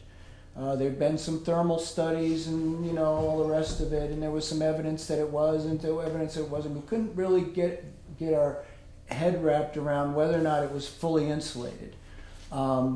If you look at it, though, there is evidence that there was past moisture and that it was punching the paint off of it, but it may be stopped now. And in that case, it could either be cheaper to take off the clapboard, put new clapboard on, or scrape it. Either one of them is going to need somebody, obviously, who is qualified to do lead remediation type thing, with the essential maintenance practices in a building which probably has lead on the walls. I think it was 2008, we needed to do something with our house because the clapboard was like alligator, just many decades of paint on it. And we looked into the costs of having somebody scrape off that paint, and nobody really wanted to do it unless you pay thousands of dollars and you have to deal with lead paint. So Sydney made the decision that we should take all the clapboard off the house and put new clapboard on. And at first I was horrified. I just thought that sounds so crazy, but it actually was more cost effective. Mm-hmm. So he took all the clapboard off, and then instead of just painting the outside, he painted both sides of the board so that the moisture doesn't come through. Is that correct? Yep. And it's been amazing. I mean, knock on wood, it still looks great, and we don't have the routine that a lot of people around here have to have, where they get one side of the house painted per year, because to do the whole house at once is very expensive. And I mean, we definitely got to do something with this. It's getting to the point where it's going to rot. Well, it's a bad image for the town, too. Yes, it definitely really is. Depending on the type of insulation that was put into the walls, if it's blown-in insulation, this is a 100-year-old building or better, balloon frame probably. The blown-in insulation is great to increase your R value, but it does nothing to prevent moisture from escaping. And with all the restorations that I've run into over the past, the peeling paint is an indication of moisture going through the inside walls out. You're not going to get rid of that until you put a moisture barrier either underneath the clapboard or on the inside of the walls. As you see, the foil face on an insulation or the plastic you put up on the inside. So you're never going to get rid of that peeling until you deal with that moisture problem. And speaking of moisture, also have a moisture issue in the interior part of the building. And this was part of the study and the recommendations of the engineer who went through and looked for mold and all of these other kinds of things. And they came up with some recommendations. Pretty much it was there wasn't a lot of really terrible features with the mold and whatever, but they did come up with some recommendations, and they talked that they recommended a mechanical engineer should evaluate and make recommendations, possibly installation of a vapor barrier, and some type of dehumidifying in the interior part of the building.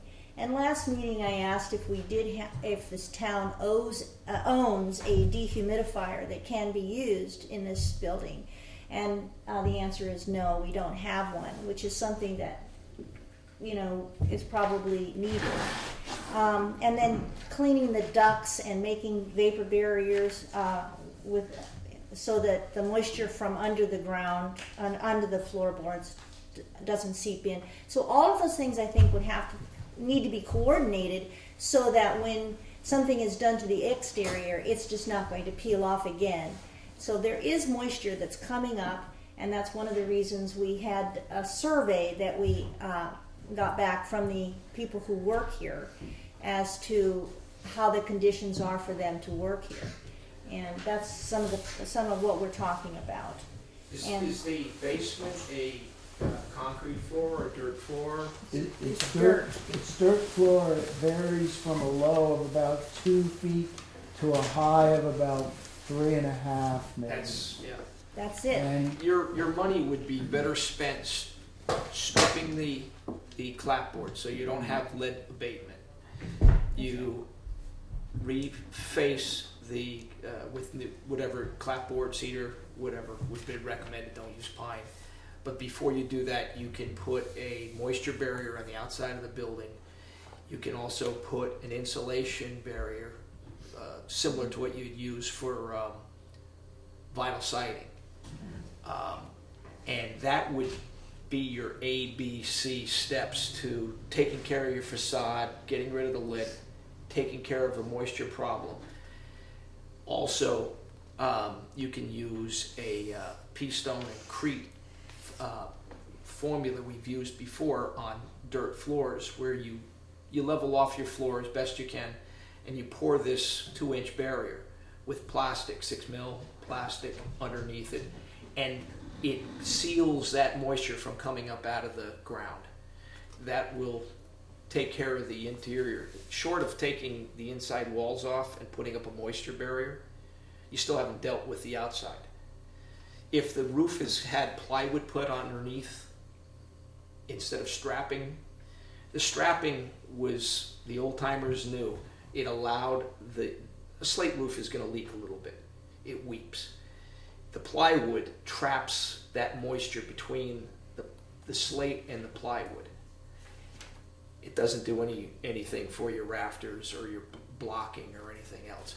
You've got a number of issues here that have to be addressed economically, A, B, C, D, or you're going to be throwing money to the wind. I think the main thing is until you protect the envelope, the entire envelope, any money you put on the inside is just going to be money down the Definitely, drain. roof should be the first item that has to be taken care of. And how about, we also have cleaning of the ducts, and we have some maintenance issues that also need to be done here that were brought up, but the idea of a vapor barrier between the dirt that's coming up and the ducts, that seems like that is also extremely important. Definitely interior moisture.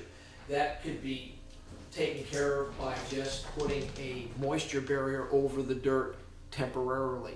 But if you clean your ducts now, you're going to have them contaminated when you start doing other work. You start from the top, work your way down. If there's a real moisture problem in the basement, then you cover that with plastic. If it's not a travel basement, if there's not storage down there or anything else, you can do that very inexpensively.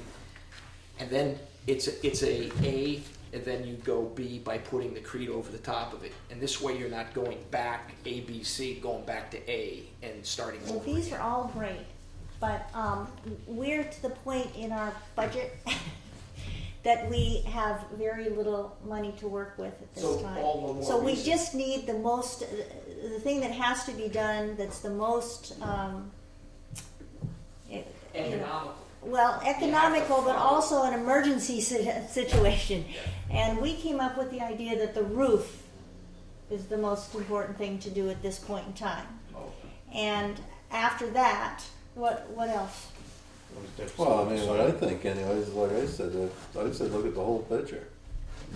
No, I mean, you got it. I mean, because like I said, you're just throwing money after it, ain't no good. I mean, guys, it comes to the point where you had to go borrow the friggin' money and do it right. Well, I don't Do know it all. this gentleman, I heard someone call Mike, he had a very good point there as far as the facade, No, you quite a few vinyl. years out. This before is it's gonna finish. Vermont, it's a 100-year-old building, and you wanna put vinyl on it. As I understand it, if I strip my house of all wood siding and put vinyl on it, the lister will come and tell me that my taxes are gonna go up. If I do it all with brand new wood, my taxes don't go up. I change the color, my taxes don't go up. But if I change the color of the vinyl, or by putting new vinyl on it, or putting vinyl on my side, point being, if the town does this and then penalizes a homeowner for it, it's sort of a little catch-22. The big one was the swimming pool in the basement was plugged. That was huge for the moisture issue. To put down a vapor barrier, I would probably recommend more than 6 mil, only because there are times when service people Sure. crawl around down there. But I think you could probably do that relatively easily, and that would perhaps solve some of the moisture issue think of that coming up sounds through like- certain times a year, which would preserve the bulk of your money for the roof situation, I would think. Well, I mean, you got the roof and the And paint. maybe the front facade. I mean, like, you worked on the committee, Mike. I mean, what would you think? I mean, you say, like, we got the painting we gotta do, so that's siding, whatever else. You got the roof you gotta do. And You got the interior stuff that we have to do. Vapor barrier. Gunther was our go-to guy for the No, but what I'm for the saying money. is, like, we Well, don't. For the well, money, my I question was walking the streets and I would have given how much money is there? I think we had a 16,000 for some kind of paint, up to a 80,000 for removal and replacement No, of whatever. in the budget that was set Well, aside. in the budget, that was we set currently aside have for 18 left from the current budget and 15 coming in the new budget. Right. So we have 33. So can those 33 three could- things be done? Well, you could solve the vapor barrier for probably under 1,000 for sure. Okay, this is sounding good. In and, the basement. And then in That's the roof basement, cost. mainly covering the dirt, if that is analyzed to be the issue of the moisture. That's right. By Because this because report. when I crawled around in it the one spring, it had been really rainy and everything else, and that dirt was fairly dry. Although I could see at a certain time of year for a few week period, it could be kind of moldy, Nasty. musty Oh, yeah. smelling down there, which Yep, could that's what can't we help but permeate the living area. That's right. So, but I think the bigger issue probably is to solve this roof thing and put the money in it and perhaps do something with the front facade. What do you think a roof would go for? If, say you were to take it all off, what standard sealant there, it's gotta be pretty expensive. Yeah, no, you're 30 grand, so quick make your head Yeah, we're spin. not gonna be able to do that. You See, well, what I'm you saying get is, probably $1 to $2 a slate recycled maybe. Is there a market for slate? The, Oh, yeah. the church They in sell it, Brookline is it off? replaced slates at $1 a piece. Yeah. But look, don't we put in, like, they're putting in 15,000 every year or so into this thing, right? Have No, I mean, for the capital for it, yeah, right? we have. So what I kind of getting at, what I'm saying is, it'd almost be cheaper to figure out, get a price on the roof, what you want to do to the outside, and everything in here. Your payment wouldn't equal probably the 15 grand a year that you'd have to raise and it's gonna be a Band-Aid for the next, how many years? Which is, like you said, 30,000 for the roof. So if you wait for that money to come in, you got a 2 years worth of waiting before you can do the roof. So are Then you you get the thinking site. I think you'd be better off, the town can borrow money pretty reasonable. You go borrow the money, The get, bridge up for collateral. oh yeah. What I'm saying is you wouldn't have to raise the capital that you put in there. We just did that with a bucket loader. I mean, we're actually gonna rent the loader because it was cheaper than going out and borrowing the money and buying it all at once. So this way here you get it done, and every year that 15,000 that you're putting in, you wouldn't have to raise it to 30 next year to try to get something done. You could keep it at the 15. Yeah, Mike's right. If you bond it out, then you apply what you would have put in the budget toward the interest costs. And now you're making those, you still have the same amount of budgetary requirement, except for what you're also going to need to maintain the building during that period. But now your interest payments are taken care of by that budget line item, and it falls over into another part of the budget, your interest payments. But then your building is set, because it's a valuable public asset. It is, and it's just a money pit, as you said. You know, and we just rob Peter to pay Paul to get just the most emergency thing done, and it's not a good way to manage It's property. reactive It's instead of proactive. and I think that this building has been neglected for a long time, and we're starting to get into the part of having to solve emergencies one right after the other. And there has to be a better way. Would it make sense to ask the gentleman who seems to be very knowledgeable to be our ad hoc consultant on building reconditioning? My Did name is you Thomas. give us your My name? name is Thomas Abbots. I live at 160 Eddy Road in Newfane. Abbots, Abbotts. My family's been up here since World War I. Tony's my uncle. I've been here for about 5 years. I don't have email. They stopped cable about There 2 you miles go. from my house. Dial-up is a little bit iffy. Cell service is non-existent.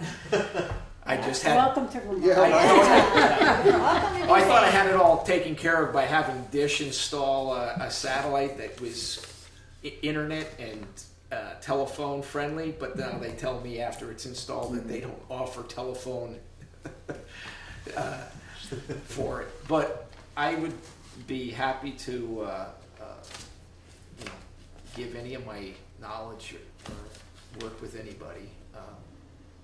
Well, before you leave, I guess we get your name, address, and phone number, and we can leave it with Shannon, and she can put it in a Rolodex. How's that sound? I still have Rolodexes? I don't know, but I mean, she has something. Database. Database. There you She go. has a Rolex. But a Rolodex. I think there was a Rolodex over there. What I was going to say, Todd, is that I mean there are so many needs for this building, and it can be a black hole. And as you look around and see the conditions that the municipal employees are working I under, know. and just this meeting room, we had quite a crowd here tonight, but yeah, I think that perhaps we should be thinking a little bit bigger and a little bit more long range, and really evaluating whether this space is adequate, and is it worth dumping money into, or is it should we be planning for a new facility somewhere, somehow? And Gary had the right idea. We can go to the bond bank and finance it, and raise the money through taxes and put it in the budget and all the details of that. But I think the overwhelming question is this really adequate for the next 20, 30, 40 years, or are we just dumping money down a black hole? And we're not gonna solve that till. No, No, we're not. definitely not. But in the That's meantime- not what I'm suggesting is that this is not just a pie in the sky discussion. I mean, obviously, there is a Band-Aid that needs to go on to Yeah. keep the roof from leaking Yeah. and to keep the thing going. But I do think that the greater question should be pulled to the front burner for serious discussion, and maybe it's part of the town plan. That's it. I don't That's know. But it to me it does seem like almost everything that we've discussed tonight is all linked in some way to every issue is linked to another one. I was thinking that exactly, Pat, that is a definite question for town planners. That's a discussion for town planners. Gee, thanks, Carol. The issues that you have now, though, We've you got have to do to something. We have to. Prioritize. Right, the repairs that need Band-Aids, to be we done. need Band-Aids. Collect the cost estimates for it and try to work within the budget so that the burden isn't put on the taxpayers. Newfane has a very high tax rate right now. Half my property's in Townsend, half my property's in Newfane, and the Townsend property is a third of the cost of the Newfane property, and the Townsend property is 2/3 of the total property. Taxes, a tax burden added to the public is something that should be taken into increasing that tax burden should be taken I'm into wondering consideration. if we need to make a decision about this. You know, Right. because we've been putting it off for months, you know, Decision on as what? to what kinds of things we're needing to focus on for the building. So there's what, The- the- 34,000? Short term, like immediate goals. The roof, and we're trying to get somebody to clean. The roof and cleaning the ducts and And putting a vapor barrier so Right. that, and maybe even purchasing a dehumidifier. And that might be the Band-Aid, that's all we can have at this point. Mhm. And then do the planning to make sure that we can get some You're of the gonna other need a things done. commercial size dehumidifier. The one that we would have in our homes isn't gonna be enough. Right. What do you think? What do you think? I think we're right back Taking where care it of was the moisture last. from the Yeah, we need to outside make a and from decision. underneath. I mean, you still got the paint. Like, I mean, that's what Mike said too. I mean, yeah, I mean, this is just a thing that you own right in town. Everybody drives by it. It's the worst looking one up through there. You got that, right? You know, I mean, There's a heritage thing too, and maintaining the architectural balance of Newfane Village. You build a new brick building like you have in other towns, it doesn't match. It's part of why Newfane is Newfane. Absolutely. And the colonial village is something that should be preserved. That can be done with a good architectural plan. Well, we haven't really discussed, I know that I went through the results of the town office survey and I just tallied all the different people who put in their suggestions, who work here, elected officials and appointed officials, and the scores came out that the number one exterior safety issue was to fix the roof and put a motion light outside so that at nighttime in the winter when the employees are leaving, the light will go on and they can step over the ice or whatever there. So that was the one. And the number one interior safety issue was a deadbolt on the front door, a motion light inside because you have to turn the light off at that switch and you go out this door, and so you're kind of feeling your way from there out here. And then, stop the moisture from coming up from the cellar. That's what that was the town survey. And then we had the duct cleaning and the mechanical engineer installing a vapor barrier and a dehumidifier. That was from the engineering standpoint. And I really like the idea of doing the exterior front part. That wasn't on this survey though. So we need to, Well, maybe what we need to do is just have him fix the roof for this year, put enough money in the budget for next year to replace the roof, and this year do the painting the siding, get the ductwork done, put the And then vapor we- barrier down, and I'm with you on that one. And because we really can't, unless we have a special town meeting, like Mike's idea is not a bad idea. As far as doing this whole thing at once, we'd have to have a special town meeting Yeah, to do that. and that would be right when we're doing the bridge. But you're really a long way from that, because you've got to go We through are. all the planning, the architecture, all that before you've got numbers to take Well, back. and the point was made very validly that if this isn't going to be the building you want to be in 10 years from now, you also, from a real estate standpoint, don't want to pour a ton of money into a building you won't get back. But we want to fix it for the employees who work here and for any resale value. So Can a slate be used for anything else besides a roof? it's, I know that I've seen in places where people have purchased bricks and they have built walkways with them.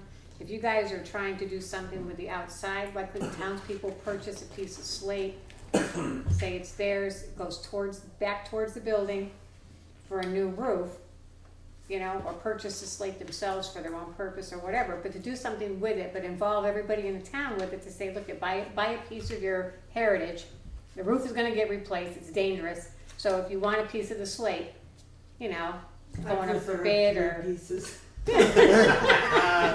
There you go, she wants to. The problem is, it probably costs more to remove the slate than you could sell it for. Well, I'm thinking if you removed it while you're putting up a new roof. That's gonna be You do- you figured, do that's it- gonna be figured into your Yeah. roof replacement estimate, it's gonna be considerable. Yeah. Just if you just scrapped it, the weight is considerable. I mean, an asphalt roof is 90 pounds per bundle. You start multiplying by the number of bundles in a square and how many square you have of the roof, you can pretty much. There are different crafts that are made from slate.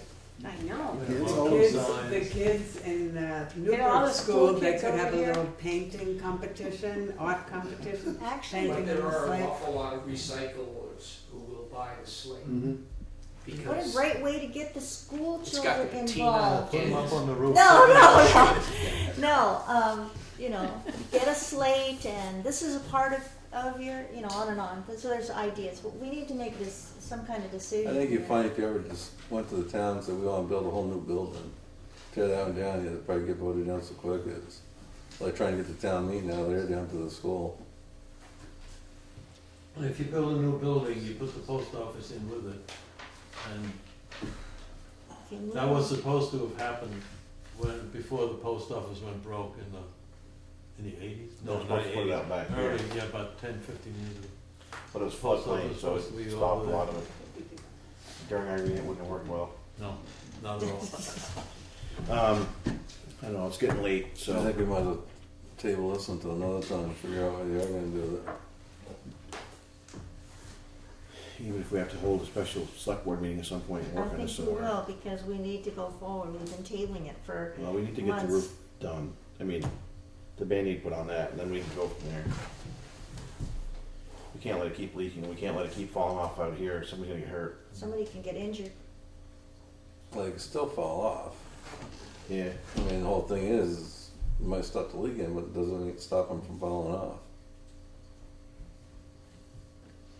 Like Mike said, if we can get the plans back to see what it actually is up there, then that might help us quite a bit too. Well, I know it was modified too, because the slate loss became apparent. You can't see that? Fairly soon.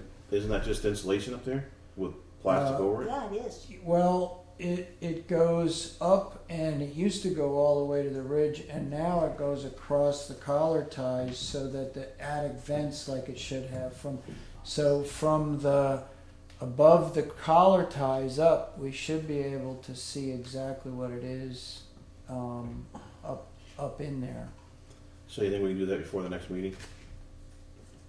Are you willing to look at it? I mean, I don't know anything about it, so. Yeah, no, I think the key is to get the Plan. drawings from Ryan and see if it was in fact modified like my memory has it.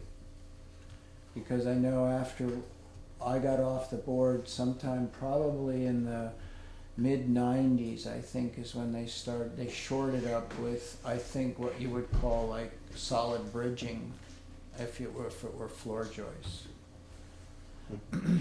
They put some- But that's the point made also, is that it was plywood and it wasn't boards.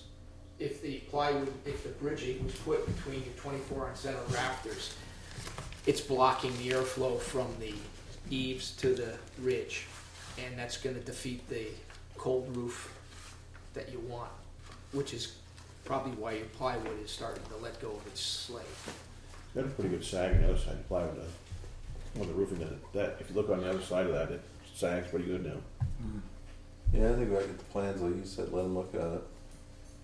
Then you have the plans. And have a take look. special Get a meeting after roofer that. get a roofer to analyze, because the standing seam is quite a bit lighter than slate. Maybe Tom could take a look at it with you. I was going to ask if there was any way to see the basement or the attic Oh at yeah, some point. we'll show you how. You gotta wear the spacesuit. Oh, yeah. Crawl around in there. It's not fun, but it's doable. It's over here. Access is through the town clerk's office. Yeah. We'll go in and look at it. Why don't we table this till the next meeting? Okay. Thank you so much for all your expertise and I don't know suggestions his and expertise. helping us Jack get of through all this. trades, master of none. Yeah. I figured he came just put his name in for slumming or something. All right, We'll definitely get back on a committee. Go to the open meeting. moving along here. Next thing on is Auger Hole Road junk ordinance violation. Didn't we just say that? Just went through that, you know? We've already been through that one. We've already been through the open meeting seminar. Yeah. Unfinished, we did the park and ride. FEMA closeouts, no updates, we're done with that. Look at that, we're up to correspondence. Whoa. And what did we say we have for correspondence? You had some. You had a couple. I did. Where did I put it? I'm not trying to hold you guys up, but when did you do the park and ride? We talked, We did. when Matt Mann was here, we talked about it. Yeah, I said I think I screwed up on the thing. I supposed to be 5 foot and 5'7". Okay, you're right. Bob, would you like to talk some more? It's okay, go ahead. No, I don't wanna My jump fault, over and I it. was sitting here waiting for it. No, if you got, I mean, go ahead. No, I wanted to, no, I'm good. It's just a matter of proving to the state that it goes this way instead of this way, which we've been trying to prove to them now for like a year and a half, and haven't been able to successfully do that yet. So, Long doesn't work. yeah, Is a 7-inch pitch from one end to the other. right. And then when I wrote it down, I thought 5 foot and then 5'7" here, and they got it down as 500 and 507. So they thought it was rising the other way. We have a correspondence from the sheriff's department. It's just basically his contract, which I'd like to table that for tonight until we talk to the state police about theirs. But if you want to read that, You want me to read this? just little blurb right here, I think. This blurb right here. The enclosed is our proposed contract for the 2015-2016. I based the proposed contract on the current year's contract's number of hours. For the first time in 7 years, I have had to increase our base hourly rate to $48 per hour. This increase is due to many factors, to include increased personnel costs, insurance rates, pension requirements, and equipment needs. I understand the economic situation each town and the taxpayers are dealing with. With that understanding in mind, my office has continued with efforts to keep our costs as low as possible. However, we can no longer keep the same rate we have for many years. Please call Holly Ellis to schedule a time for me to come and meet with you to discuss your contract and any other issues you may want to discuss. Yours truly, Keith D. Clark, Sheriff. So we have a proposed contract from him, but Shannon was going to try to get a hold of the state police too, so we talked to them as well to see which way we want to go with this. I personally have a real problem with the sheriff's department from a highway perspective, in that it's been at least 4 times this year when we called them to ask them to have a car removed so we can get through to plow, every time they told me that there was nobody available, call the state police. There's been several accidents where we've requested them, the fire department's requested them, helps with traffic. One time they were driving right by us, and they said they didn't have anybody available for that either. So I'm kind of tending myself, and it's not my decision, but to talk to state police and see if we can get a little bit better service of the state police. Well, I think it's only fair to talk to state police, not, and it would give us another perspective and another price and just another look. So it's a comparative thing, nothing about, you know. So I would just ask if the board would want to table that until the next meeting. Okay, would the board like to table this until next meeting? Yes. Then we'll have a chance to get a hold of state police. I don't know what anybody in the public has, good, bad, or indifferent, but it's been pretty bad this year. He was going to make sure that we had an officer here once a month to go over what they've done and the amount of calls that they've done and how many tickets they've written and all that stuff. And since he took over Vernon, we've seen nobody here. So. Well, I've And they had, were admonished to do the side roads, patrol the side roads. I've seen them once this year. Yeah. The deal was we paid him $10,000, $5,000 of that was supposed to go to traffic control or speed enforcement, and the other $5,000 was supposed to have them patrol the back roads for us because there's so many people getting broke into. I don't know what they are doing. I know there was a neighborhood watch meeting about a year ago, and they were asked to attend. And they sent in a very young officer who essentially said, if something happens, all you can do is write down the vehicle's license number and call the state police. We don't have anybody who can help you, period.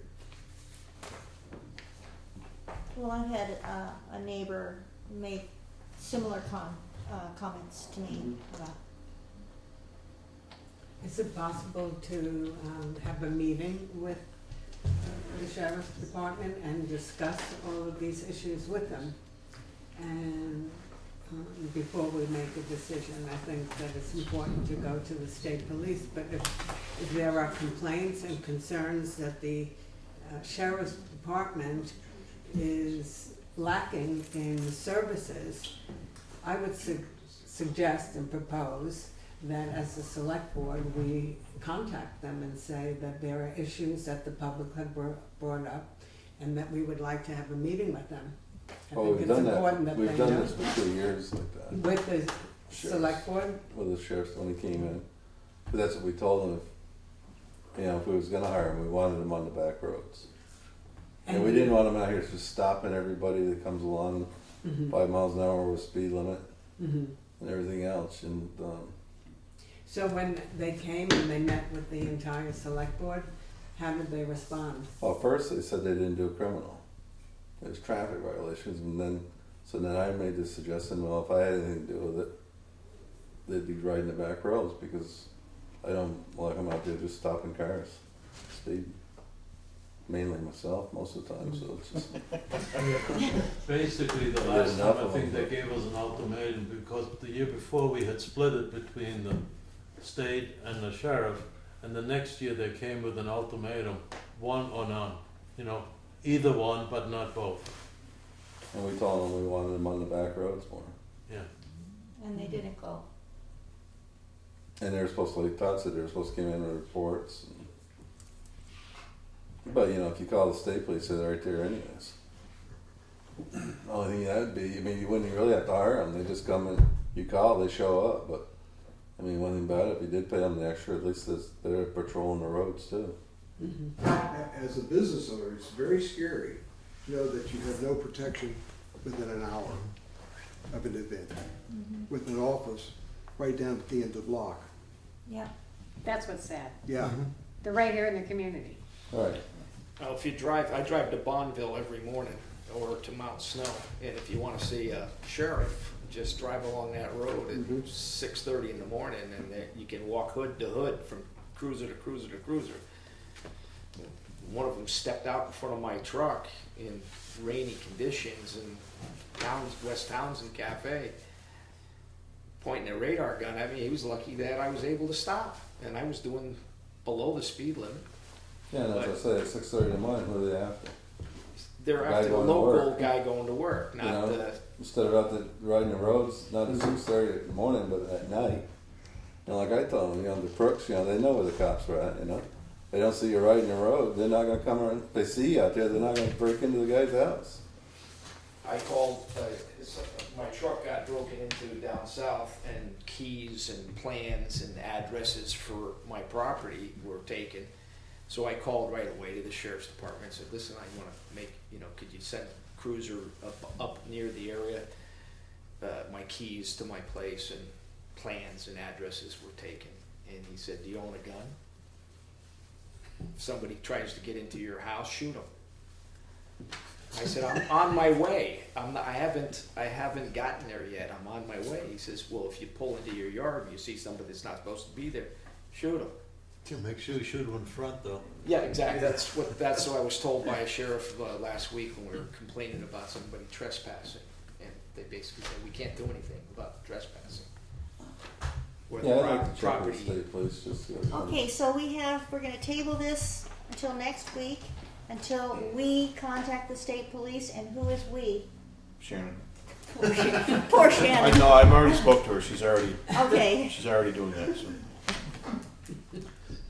Shannon's gonna be Shannon, not coming back to work no for wonder- 2 months. Shannon, no wonder she's sick. We're asking too much of her. I'll put it in here and then forward. She needs some vapor barriers and Use some Vicks so she'll vapor be rub or something healthy. to help her get her healthy again. Alright, so we decided to table that. We have a contract here from Two Wire Guys, renewal application. And she talked to me about it, said she thinks we ought to sign this. The price went up because they're over in New York State now and not in Brookline, but she said she really thinks we should sign this and get it done because a bunch of the computers need. But look into Worker. getting another firm. I remember that conversation.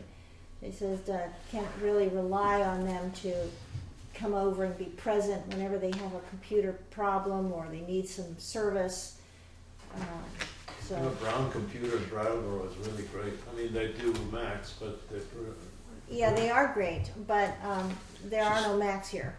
yeah. Yeah, she said she checked with other people and there just wasn't anybody right there. I make a motion to sign it. Alright, motion's been made. Anybody want to second it to sign this I'll renewal? second it. Motion's been made and seconded to sign the renewal contract with Two Wire Guys. How long is that contract? I'm assuming for a year. It's a 1 year. It says 1 year right there. So then it'll give us time, a budget time to be looking for somebody else if we decide to do that. She said she looked for quite a few people and couldn't come up with what they do. So Okay, if Shannon wants it, and she's the one who does right. the work, I would. Yep. Okay. So is there any other discussion?